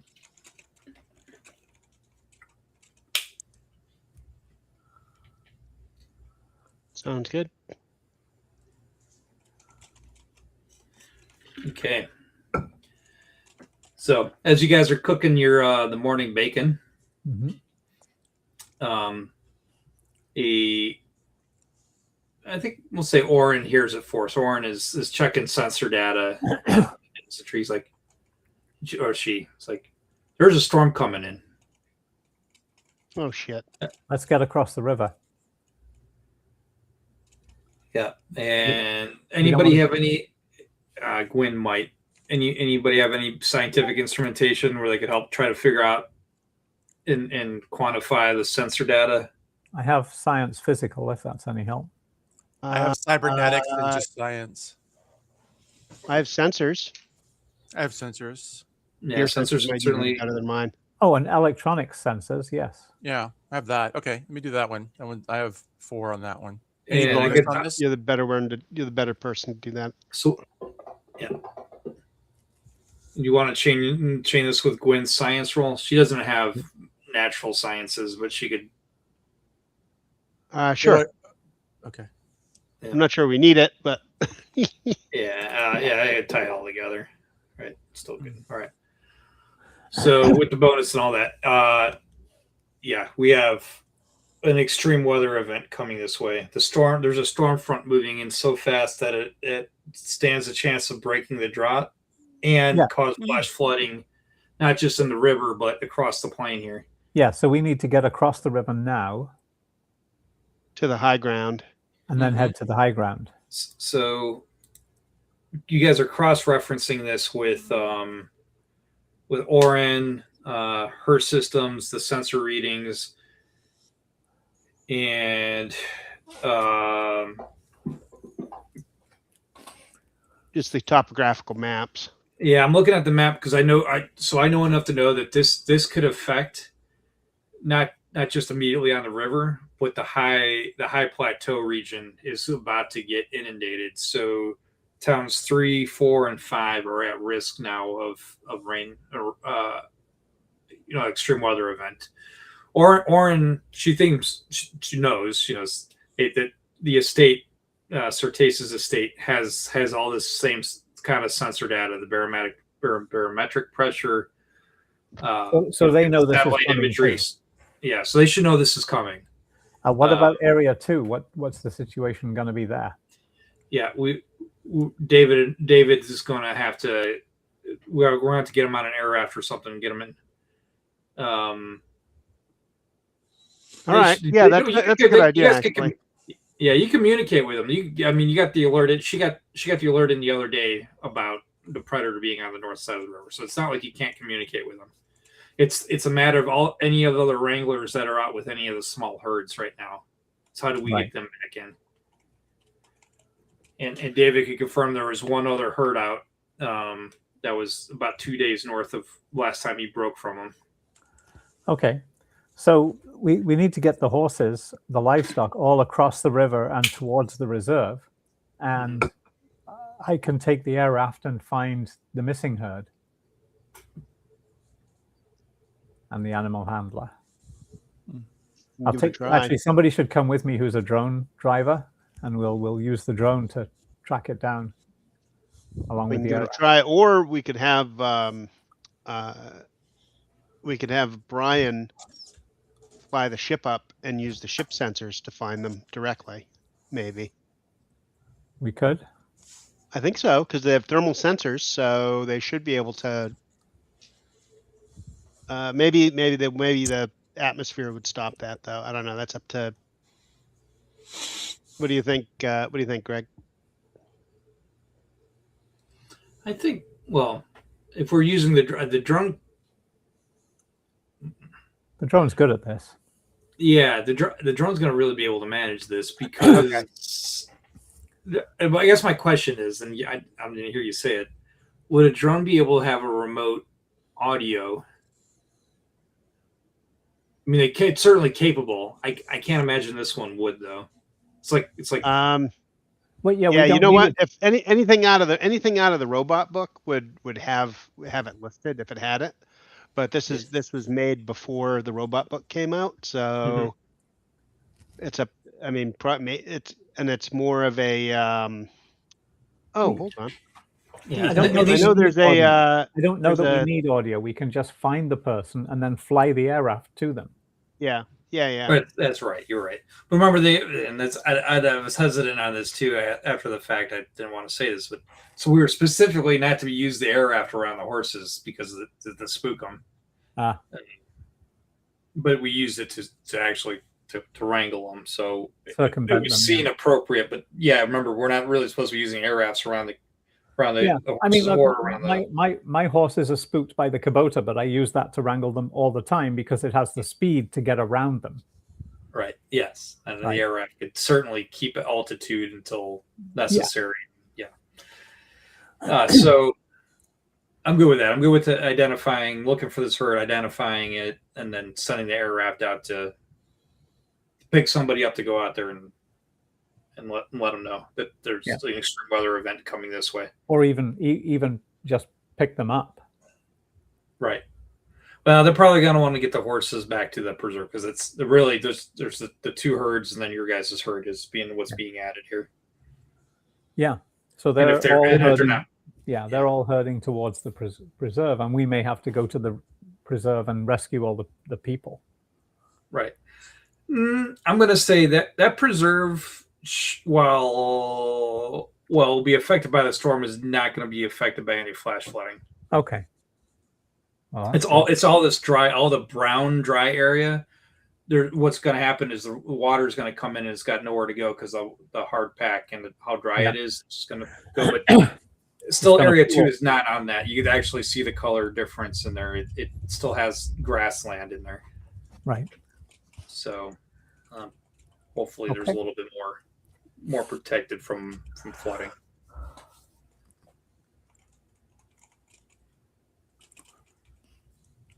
So I guess we need a drone recon roll. Yeah, let's get the recon roll, and then we'll get them identified, and then maybe we'll take. You guys want to take like a 5-minute break? We're going for Sure. It's gone really fast. That's been a fast 2 hours almost. Hit you with the recon. Awesome. That's good. Yeah. So you're going to get them identified. They're up here on the cliff face here, and we start moving you for the sake of this. Okay. It is a popular spot the horses like to go there because the shade from the Shade, yeah. There's some water So yeah, oases up here. anytime we're bringing an air raft in, we're going to bring it in maybe 200 yards away from the horses and then come in on Right. foot. Right. Okay. So we'll just pick up the scene from here when we Okay. come back for the break then. All right. Okay. So Okay. I'll put us on 5 on the video. We'll be back. All right, cool.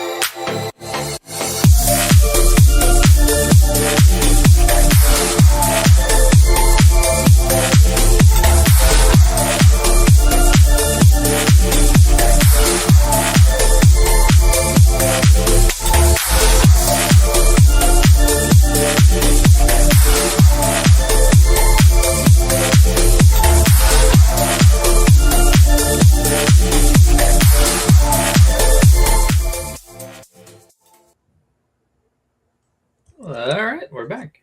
And back. Woo! Cool. All right, so I did a read it, and as I did kind of recall this correctly, the storm is going to be coming in from west to east, and the torrential rains from this storm are going to be, from the sensor readings that you guys have and what Gwen is able to infer from her scientific readings. The river could flash flood before we even see the rain.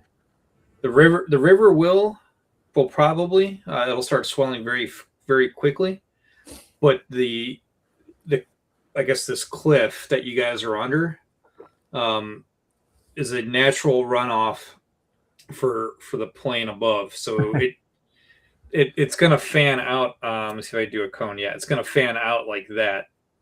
Yeah, and that's, I mean, on a much larger scale, right? Mm-hmm. That's as the water comes. It doesn't go.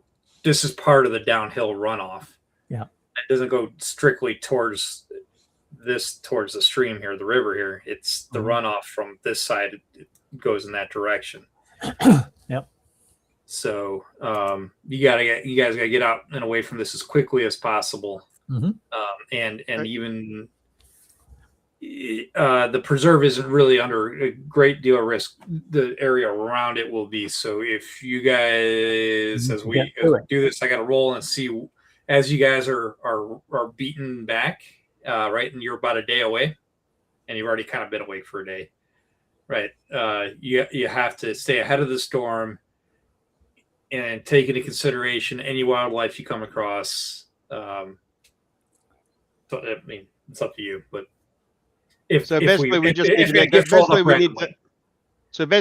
make a run for the preserve.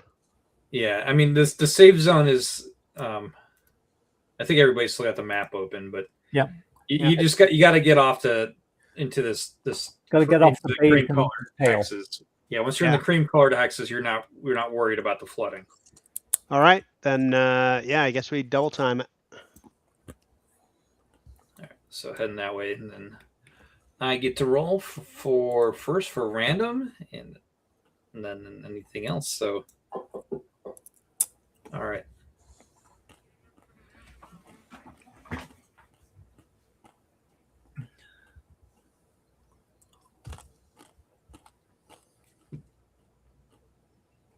I'm just reading.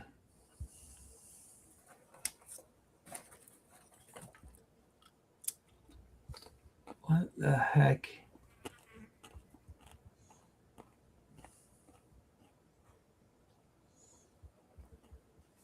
Oh, okay. This was the side quest that we're not doing. I'm like, what am I reading on this? All right. So keeping the animals going and zone. So at this increased pace, my wranglers are going to be working they're pushing their skills to the limit. So they're going to need some help wrangling. I know Gwen has the animal skill. Do you guys have any ideas on how you want to help? We've already started showing the drone as a proof of concept, so that's perfectly plausible. But for the four, including Gwen, any thoughts on how we want to try to keep the herd move? The two technically two different herds, but moving in the same direction. No, 3 herds now. All right, you got David's herd, Oren's herd, and then this random character's herd of, we'll call it D6 plus 1, so another 3 horses. Okay. How about using leadership to give them some bonuses or some help, either in a task chain or as leadership bonuses? Yep, totally take the leadership. If I roll it right, if I actually roll it. No, that's not good. So somebody gets a -1. Well, is leadership based on an 8? I feel like it's a 6. Oh, maybe. Let me bring up the skill. You know what? You could just say it's a 6. I could be nice and say it's a 6. Yes. Shouting an order is an 8.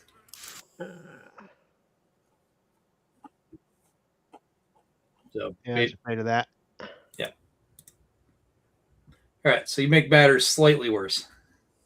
At least I'm confident in my. Friends, sounds like you're doing a survival to help Yep. lead the way, or find the fastest path out of this mess. Yep. Find a suitable trail or path. Yep. Taking into account the lie of the land and all that. So we're back even. Corbin, what were you doing? I was just reconning. Oh, you know what though? Shouting an order uses Soch, and I used intelligence, so that's an additional +1. So I think that pushes it to a success. Okay, At least so that's a 0. Okay. So success, and then Krenzo's is success +5. Corbin, little underwhelming. Mm-hmm. Yeah, and then I'm gonna do Gwen Animals just to see if she could. Yeah, she breaks even.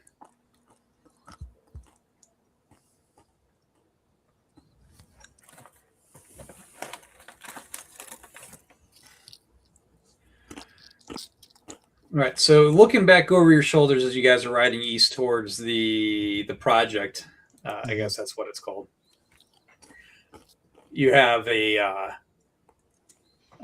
very clear view, even though it's many kilometers behind you, of it looks like almost like I don't know, steam cloud, right? So it's the rush of the water coming over the cliff, falling, a couple hundred meters to the ground, impacting, and then the detritus, blowing up and making this big. It looks like Niagara Falls.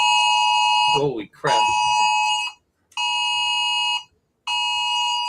That's so funny. Is my alarm going off on your guys's? Yes. Mm-hmm. Yep. I have a tornado warning. Wow. It's how ironic. Yeah. Like, man, I jumped out of my skin when this thing went. I live in coastal Virginia. I haven't had a tornado warning since I lived in Illinois. Wow. This planet's had a drought for the last 6 months. So I mean, same. Yeah, it's the. You have to move to the basement or something? No, I'm on the first floor. I don't have a basement. Hmm. I'm reading my. I've heard the thunder been going since we've been playing. I haven't said anything. It hasn't been a big deal. My lights. You know what? If you get super lucky, you could go to Oz. That's very true.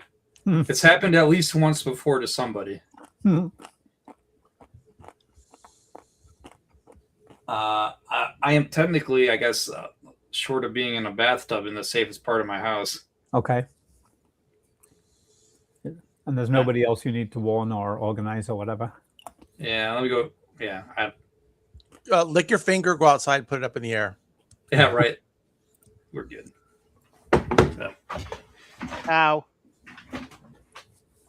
Yeah, ironic. You're right.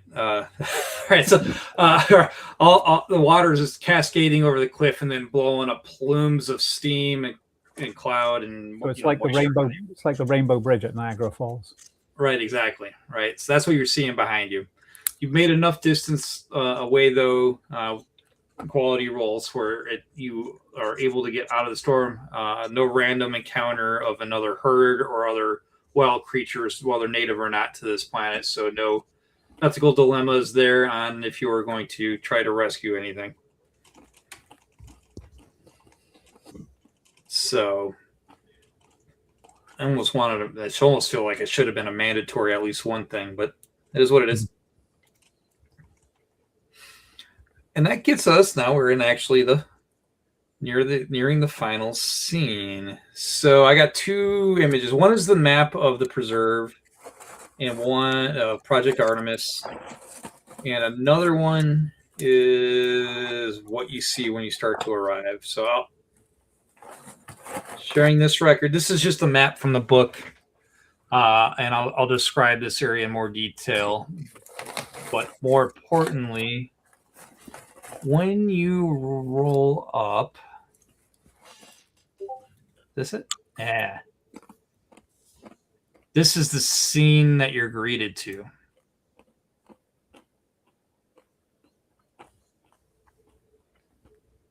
So getting to the three herds in, Orion's, David's, and the randos. As you're riding the horses into the preserve, On the main building there's a crane, and in the crane they have captured a Anderson's Predator. Anderson Predator. All right.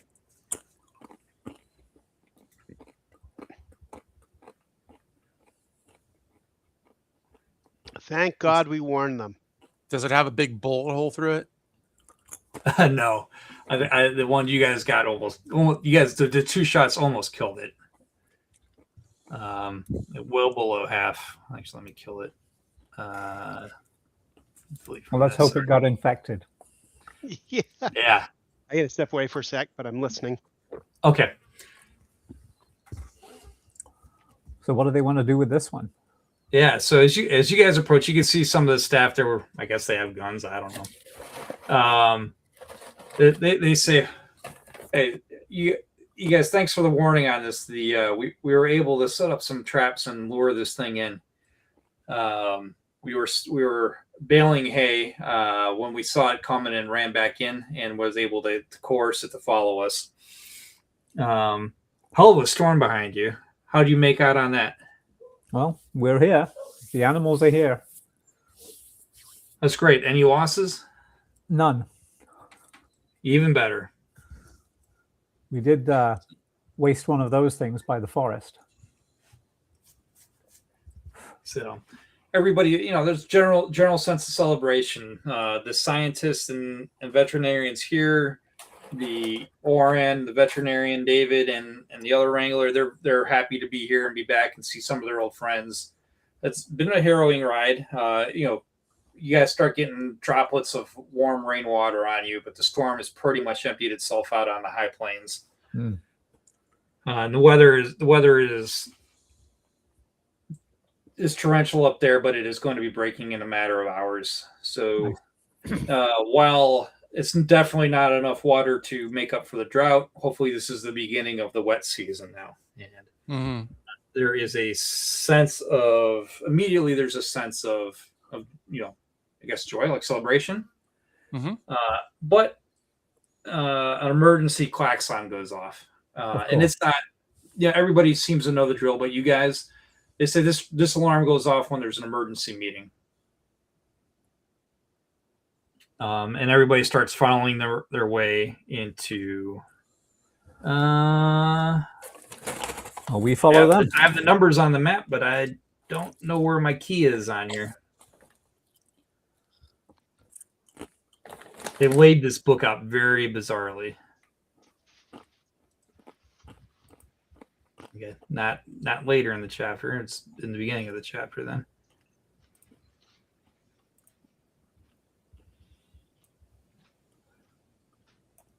I had this problem when you guys landed here finding where everything was at. It was so laid out.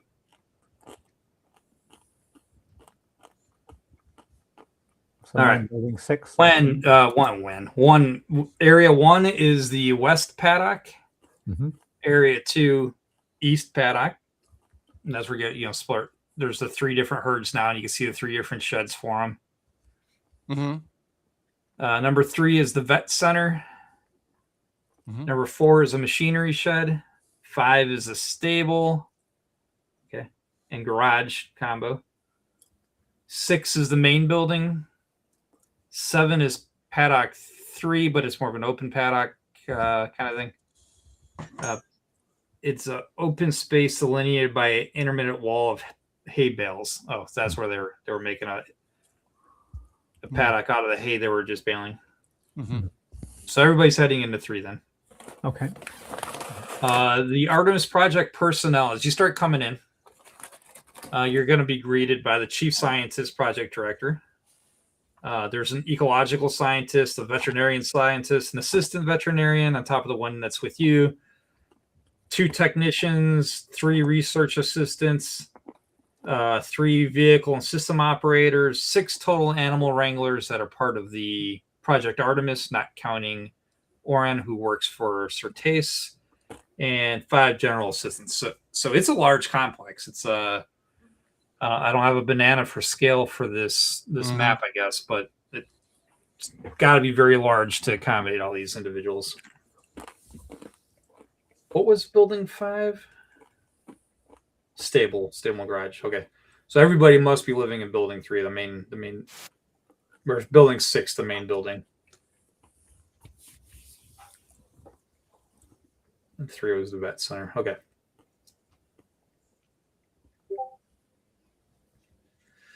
So the reason for the emergency klaxons, right?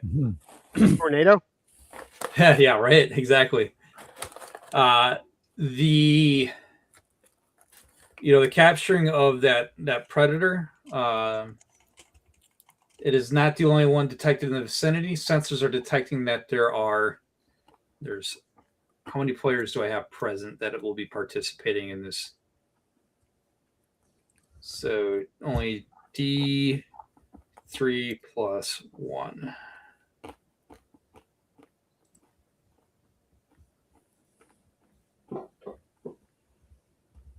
So there are 2 predators that are approaching.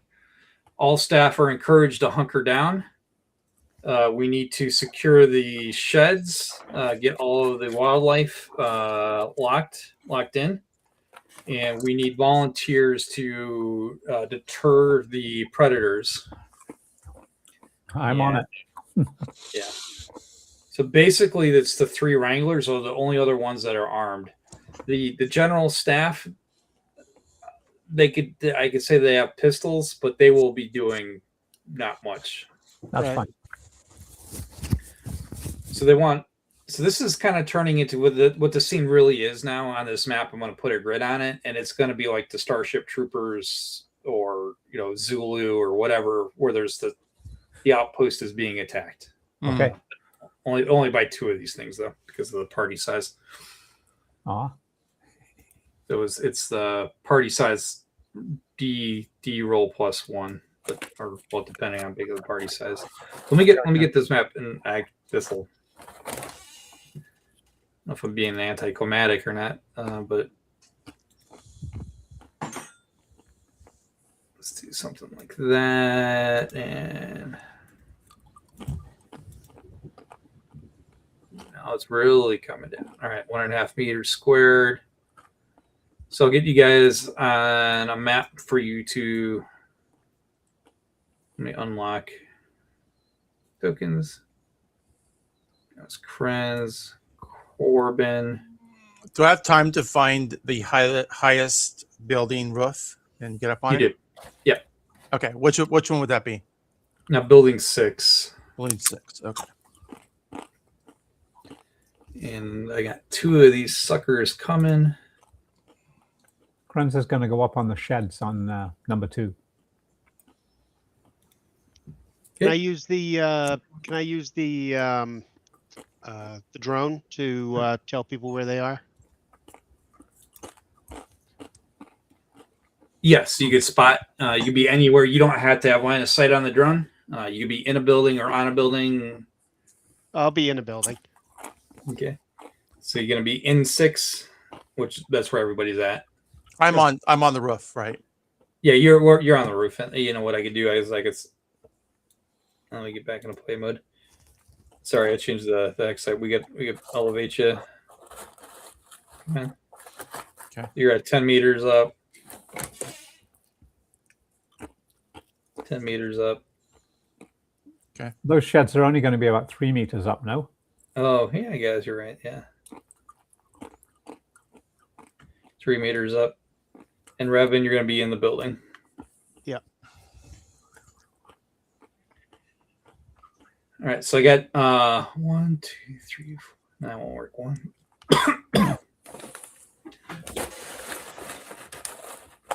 Okay. I'm gonna do a random roll of each one where it's coming in from. I'm slotting a ram grenade on the front of my rifle.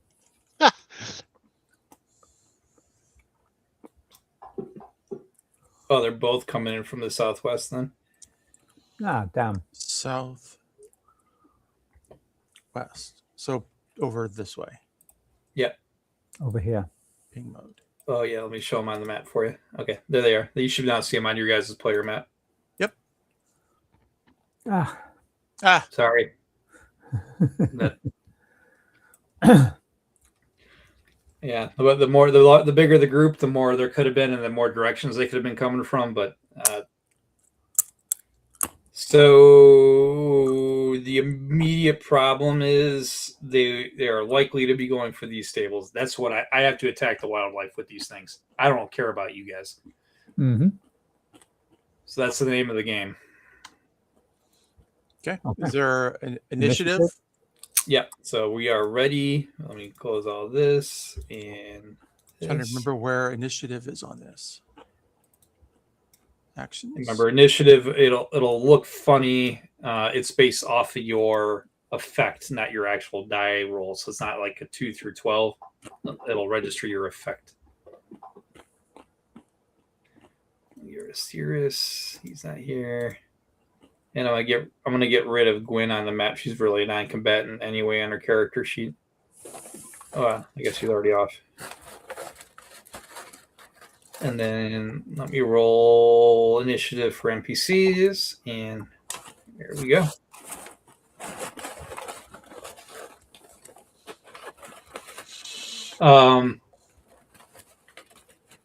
Mike, do you want me to share the major action, minor action charts with you again from the rule book? Or do you got it? Yes, because I don't remember. We don't do this often, right? Yeah. Yeah. So I'll get the book up and I'll share those two Thank portions, major, minor, and freeze, or whatever the. Sure.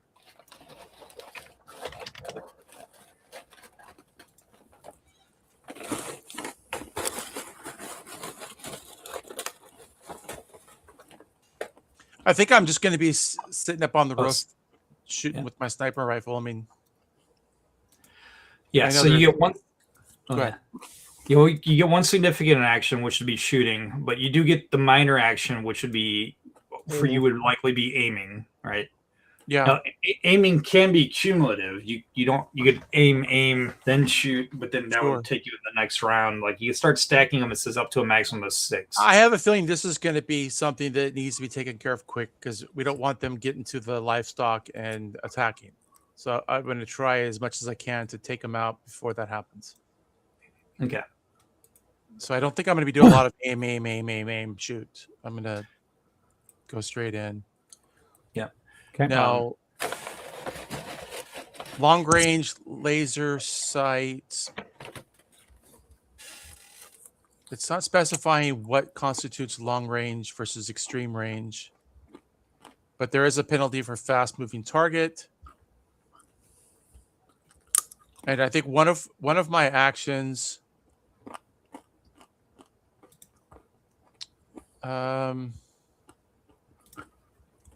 would be to try to keep them in line of sight, because you're the way I see what you're talking about is you're going to be headed north, which means I might. That's that most likely is they're going to be going northeast. So I'm going to have to walk from where I am now, keeping them in line of sight until they pass in front of 4 or behind 4, and then I'll have to move to where, like right in the corner where Revan is, but on top of the roof to get a shot. You're gonna wait for them to come. That's like that'd be your line of sight-ish from around the corner of that building, even from your vantage point. Correct. Because as soon as they get on here, they have a defilade. You won't be able to. Right. So that's why I want to at least get a shot off at Predator 2 as soon as I can. Okay. If I can, because I see that it's a Predator. I can't have to stretch this out to see. Predator 1 is turn, so I will get a shot at 2. I think before you move him. That's true. If you're before him, and you would. Yeah. Okay.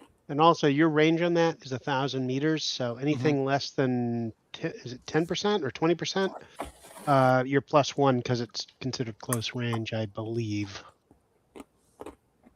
Okay, so yeah, I can add a +1 onto that. Okay. All right. Okay, so I'm gonna lock tokens now. Okay. He's got them. So in case anyone can see me, but they can't see the predators, I point. I say it's like, "Hey, everybody, they're over there," but I point. Where's my ping mode? Well, you guys know.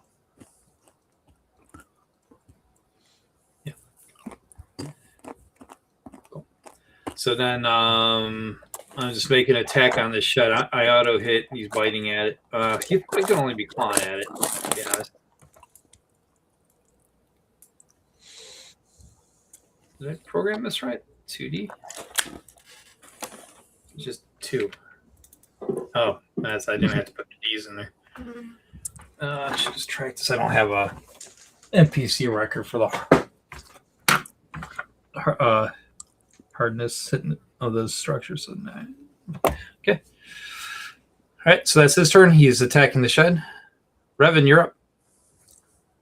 I use the I'm using the scope. I'm using the drone to try and to follow along and tell those guys where each one of the critters is. Just mark the targets. Yeah, marking the targets, and then I lost them. I lost them.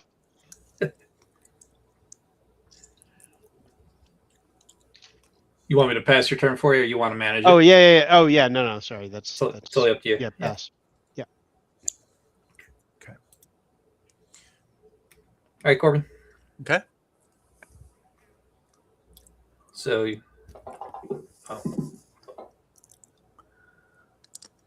nice. And then Shredding time. damage. Goodness gracious. Oh, that's not bad. 5. And that will conclude. Oh, and then It's AP6. you said I do have a little bit of movement. Can I, in this turn, do I have a little bit of side movement here? You do. It'd be a minor action. You can move 6 meters as a minor action. Okay. Right, but were you using an aim as a minor or no? No. Okay, so in which case, yeah. So 6 meters, so that's 4 squares or 4 hexes, I guess. Mm-hmm. Each hex is 1.5 meters. I'm just moving to that corner so I can get a line of sight on the other guy. So, let's see, clear targets. And then I'm going to pass my turn. Combat tracker. There it is. Okay. You piss this guy off. So he's coming this way. Man, they get a. Their movement is 10. Is that 10 hexes or meters? It'd be 10 meters. So a human is 6, so they're 10. So yeah, at 1.5 meters measurement is pain in the butt. I hate the measurements for that. So I'm going to do 3 minor actions to move, and he is casing the building to figure out where the hell that shot came from. They're intelligent, not super intelligent. But he knew it was from over here. He just doesn't have a 3-dimensional awareness, I suppose. But you took him off that shed, and he's investigating. Krenz. Okay. Minor action, swing down and jump to the ground. And then from there, 1, 2, 3, 4, 5. I'm going to have to use 3 minor actions to do this. Then I'll end up over here. So I can see that thing now. But I can't do anything about it. Oh, this paddock, the fencing. What is the construction of the fencing? It looks like it's like tree posts and so just wooden. Maybe 3-inch tube. Stainless or something. I don't know. Okay. So this first move, jumping down, could get me to about here. I can't see him yet. So yeah, I'll get to the corner.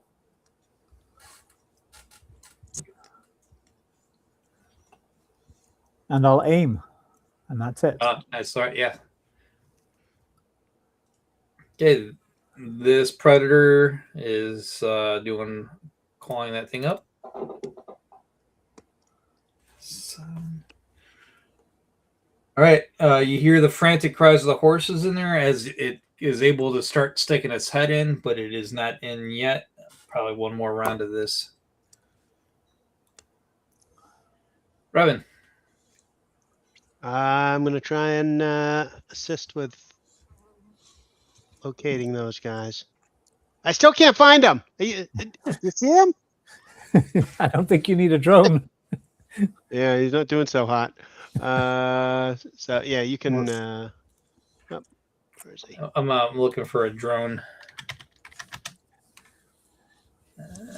Maybe you'd there see we him go. if you took the drone out of your ass. Yeah. Yeah. So Did you take the lens cap off? yeah. So here, the drone's over here. Yeah. Okay, Corbin, you're up.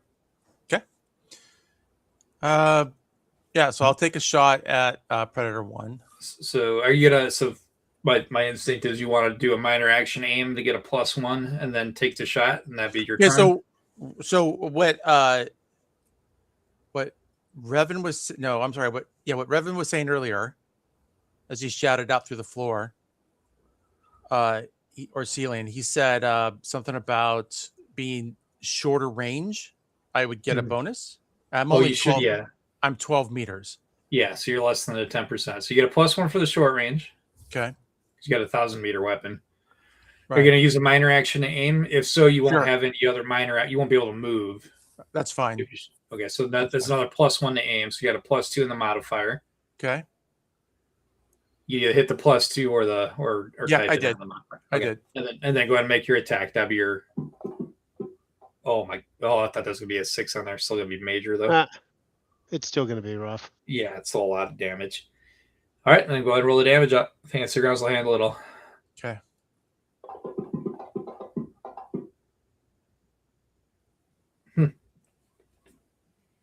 Okay. 19. Don't forget, it's 19 plus your effect, and your effect is probably 6.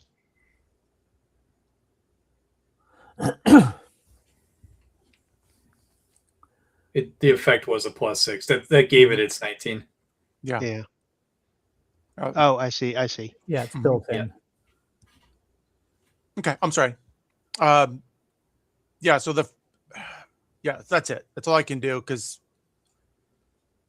I'm going to see what happens with Predator 2. All right. This guy couldn't find out what had attacked him, but there's stables or a shed right here for him. So he's gonna go up here and attack it. Oh, I did the same thing. I gave him D when I converted him. Okay. So try to claw open the pens there. Dear God.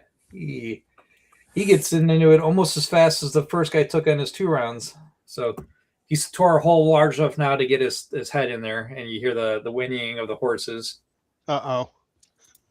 So Okay. maybe you hear the donkey kicking of some horses too as they're trying to kick at this thing, but they're both approximately a round away from getting in. Okay, so I'm going to move my 6 meters. Yeah, I would say we'll give you, maybe you have like part angle, but he's going to have some cover. Yeah, so what's the... I'm going to throw a grenade and try and land it over here. Let me ping the spot. Yeah. So I'm going to try and land it about here. Because I know it's just around the corner. I can hear it, and I can hear the screaming. Okay. What's the radius of that grenade? Oh, it's big. Might be too big. Let me move the map a bit. Hang on. Well, yeah, I'd have to apply damage to the structure too on top of what he's already done if it hits the stable. But yeah, Hmm. I want to land that grenade right about. I lost my, here, because I'm thinking the buildings are going to take a little bit, but I just want to catch that guy in the blast. okay. Okay, so here goes the toss. It's not great. Oh, where that goes. So I want to. Where I'm drawing that arrow to is approximately where I think you were aiming. That's what I was aiming for. Yep, exactly. All right. So I got it. We got to figure out where it really went. Yeah.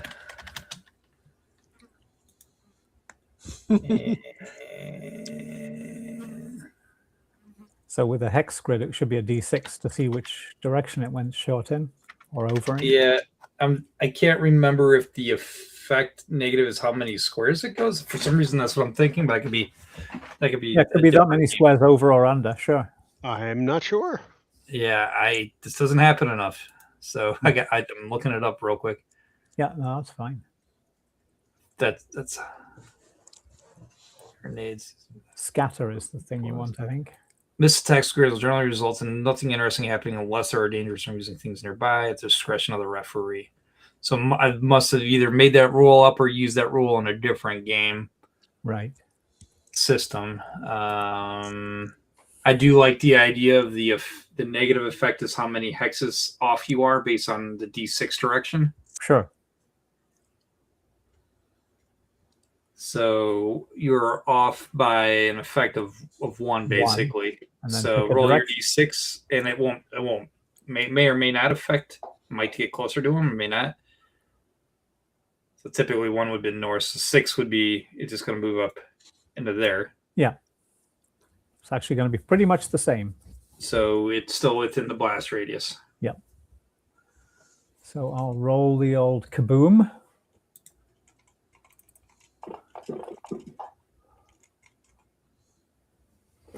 $17. That's number 2. Mhm. Murder 2. 17. Oh man, he's down. 1. He's still alive. How tall are these bales? Pretty big. Shoulder height. They were big enough if you guys wanted. They were actually there if you guys wanted to make your little stand in there. Yeah, the shoulder height's perfect. That's fine. Yeah. I will pass. All right. Yeah, this one smells blood. I'm gonna try to finish this door or the wall. Oh, Well, that gets me to it. I pinged it. It's at 20. All right. So next round he's in. There's nothing stopping him from getting in next round. right. Except Corbin. Or Revan could kamikaze with the drone and do 1 point of damage. Oh, maybe you could do that to the other one. The other one would die from a kamikaze 1 point damage. Hmm.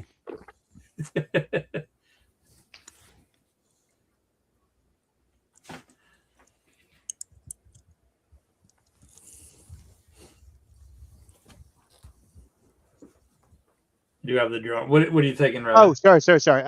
You know what? I'm gonna head out. I'm gonna head out with out of the building and see if I can get a look at where they are. See if I can find them with my Mark 1 eyeball. Gonna step outside and go, holy shit. Yeah.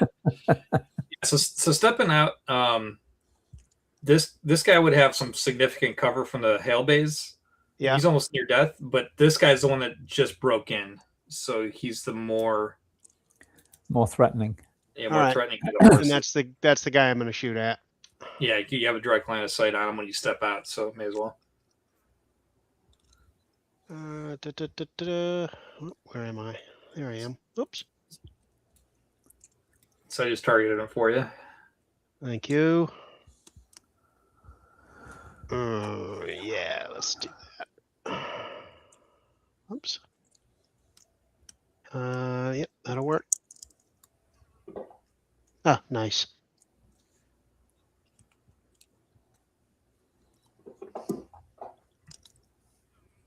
Oh, put him unconscious.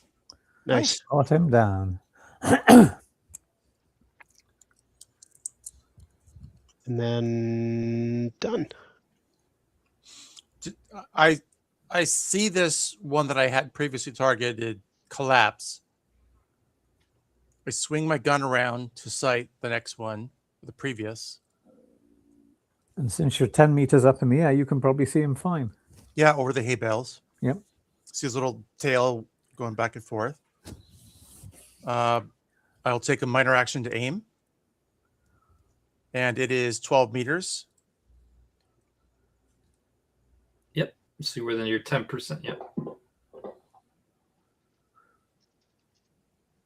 See, good. All right. Okay. You know what it doesn't say from average success? It says +4 damage.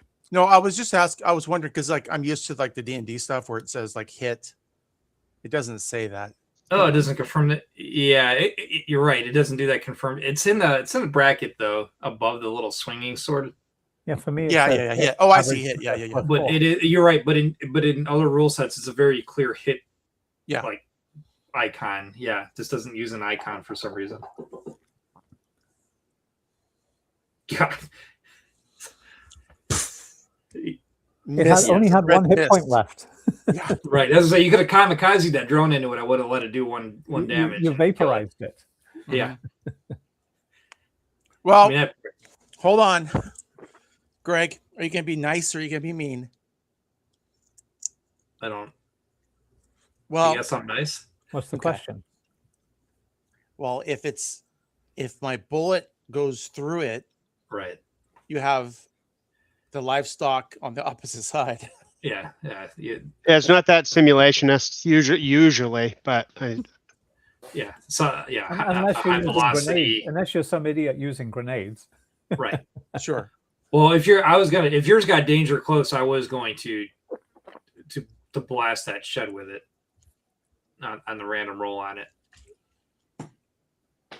Okay. But yes, yeah, the round could have kept going. Right. I'm sure there's some crunchy rule sets out there where like, all right, this thing does 19 damage. Do they only have 5 hit points? So it has to go to the next thing and do 14 more damage to the next thing. Yeah. I yell up to Corbin and say, "Hey, I set that one up." You said through the haze of smoke from the blast. From the grenade, yeah. There's probably a bit of a crater over here somewhere. That still counts as one. Yeah, yeah. Yeah, you guys may have a reputation after this. This is not what they had in mind from defending this. Was someone sniper. tossing grenades and a high-powered Gauss sniper rifle. Yes. Hey, we'll take a paintbrush and get it all worked out. Don't worry. Listen, these things, you're not going to walk out there and kill them with your regulation army revolver, okay? Which is basically what some of the hands here had. They didn't. They just had basic One of these select things will weapons. make an absolute meal of them in a straight walk down, even if you hit it every time. Yeah, these things were pretty nasty. They're tough. yeah. They did 3D bite damage. Yeah, they're as good as a pistol in damage, and they can take a lot more hits than you can.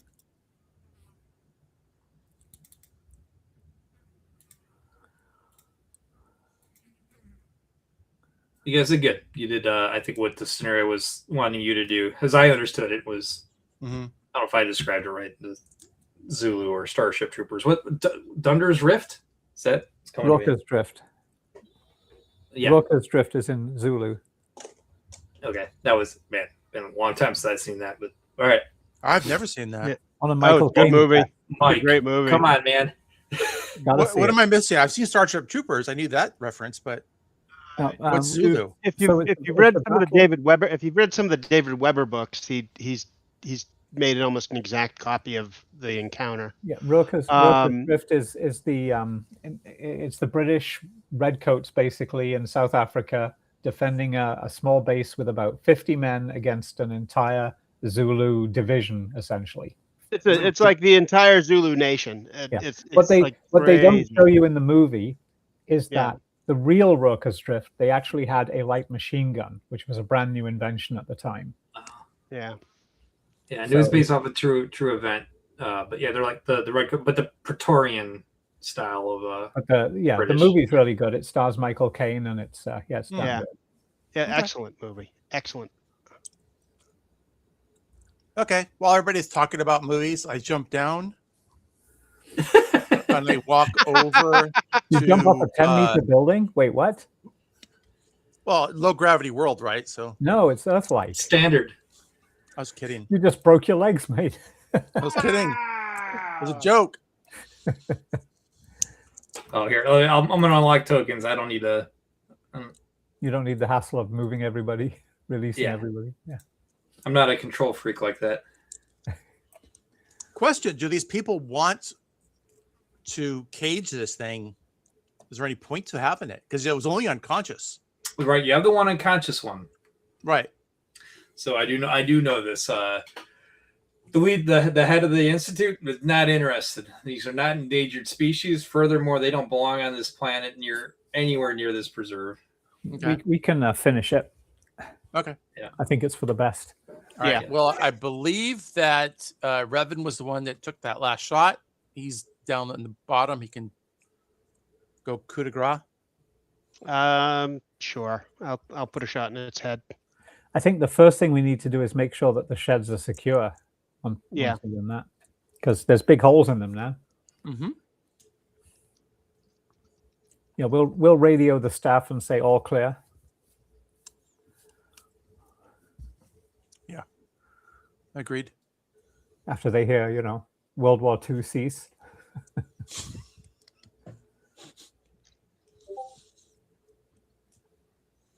There you go.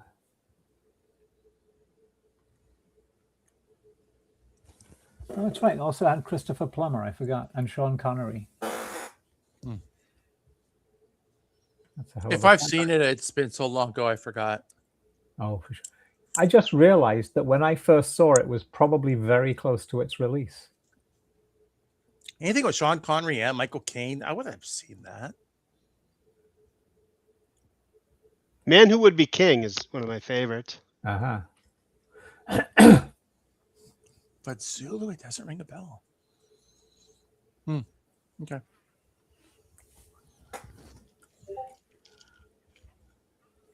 They're using, I think, Martini Henry rifles. I think so.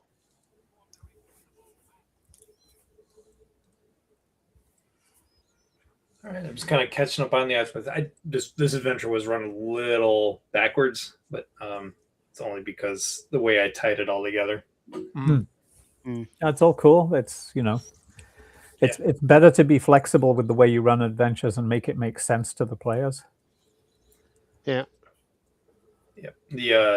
Can you guys catch me up on how our ship repairs went? Because when I last played, it was all inside of it was being worked on. We were on a different ship. Remember that? We borrowed one. Right. Yeah, that ship doesn't matter. That's the one that's on the safety ship there or whatever. That doesn't matter. That's done. The George or whatever it was. Yeah, we're back on our trader. And I do have my cup holder. Yep, you do have your cup Oh holder. yeah. Okay. We're back on the trader. We haven't really dealt with that ship that we sold. I imagine that's just going to give us I minor imagine income. the other person that we rescued is probably on that ship running it and sending us a minor income. Okay. So I'm not sure if that's really in scope of what we're doing. Okay. But yeah, so we're back on our regular trader though. Good.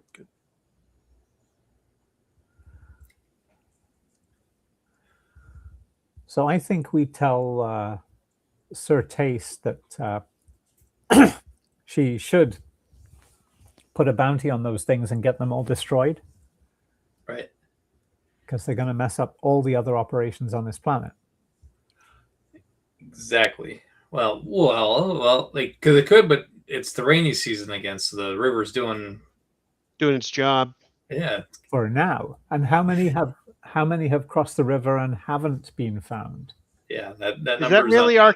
is that really our concern?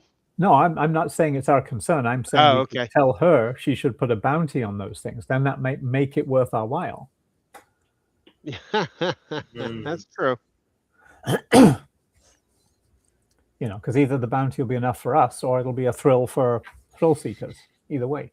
We need a goat, a steak, some rope, and then I'll just, sniper. Yeah, your guys' current level of income. Mm-hmm.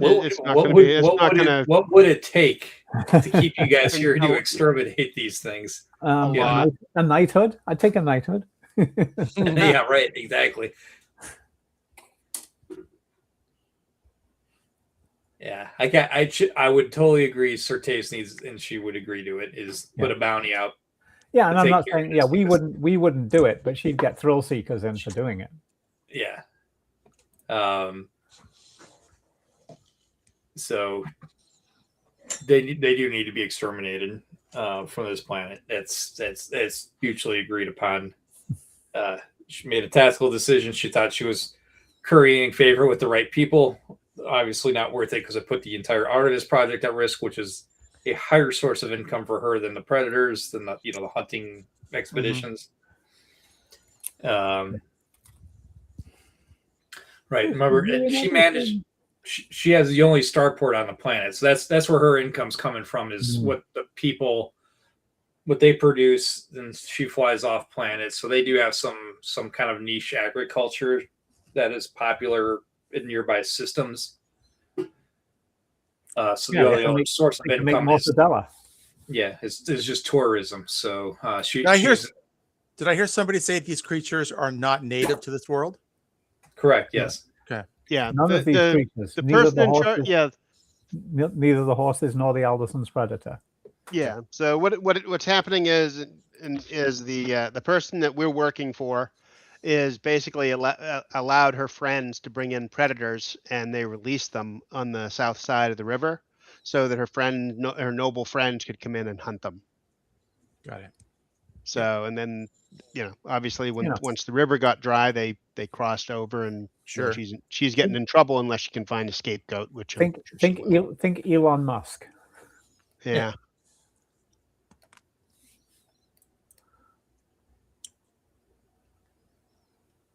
Going big game hunting.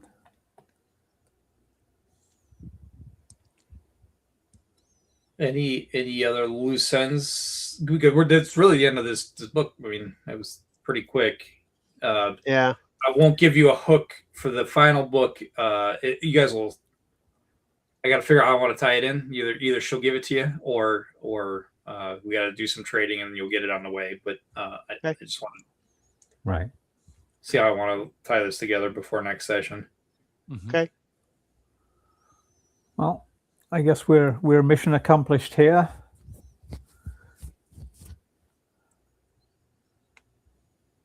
Good. All right.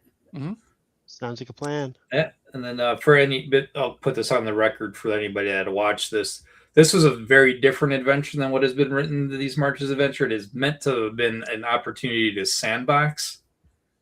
I did not understand why you guys would want to see those other villages, and I don't think we would have. Yeah, just knowing the group, I just couldn't imagine without a straightforward mission why you would go explore the area.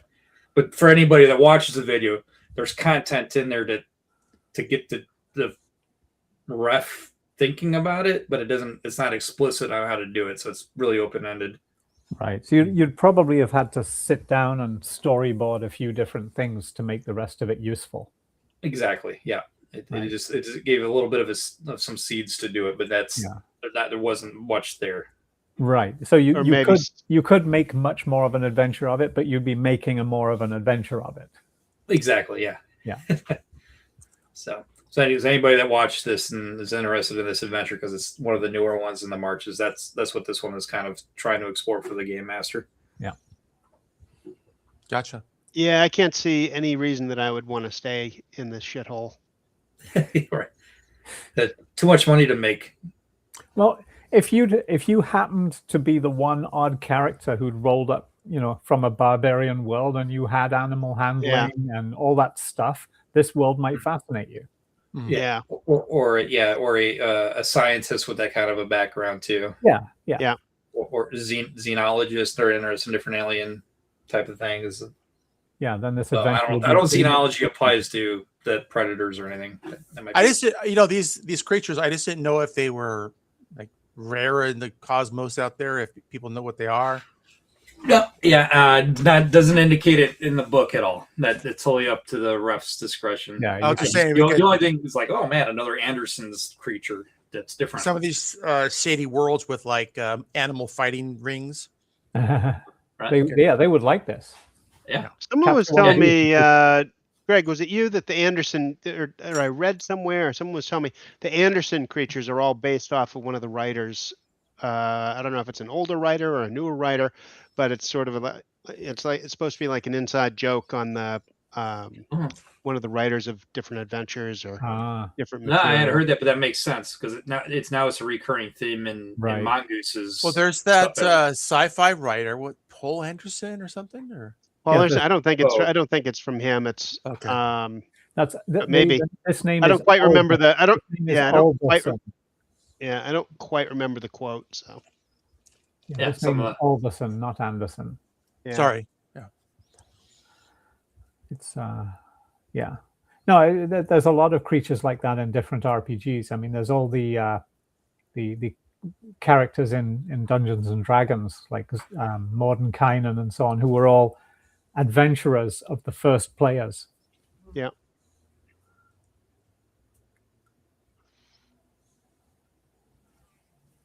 So yeah, it's cool. I guess. Well, I guess that's technically it's it. And came in 8 minutes before the scheduled end time. Well, Okay. Cool. thank you very much. It was good fun. Yeah. Yep. So, And we got to blow things up. It's always good. yep. And one more book, which means probably 2 more sessions or so, and then we'll decide what we want to do after that. Sweet. All right. Sounds like a I'm plan. sharing something with you, Greg, on the team viewer here. Okay.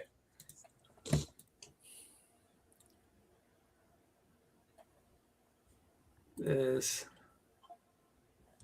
in our group chat or in our No, I shared it through. Well, maybe you canceled it on me. Hold on. Share. I think you have to approve. Oh, I see. Joining. Okay. There you go. So what we have here is the Spinward marches. And then you click in on this, and it's got the solar system.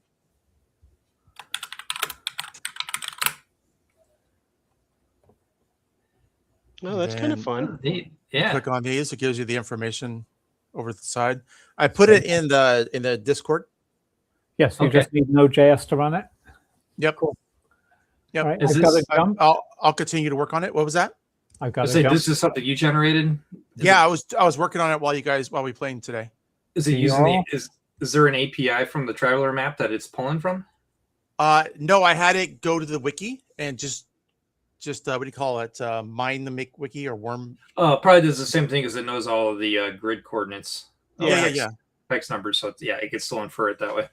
Sure. And then open likely wiki article. If you click this button, it will go to the actual wiki so you can see. But it's just a good 3D representation of what we're doing. So we were that's doing pretty- PYR. Hold on, PYR. I have to go back because I have to start over.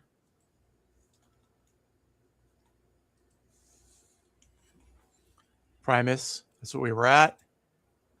And then there's our world.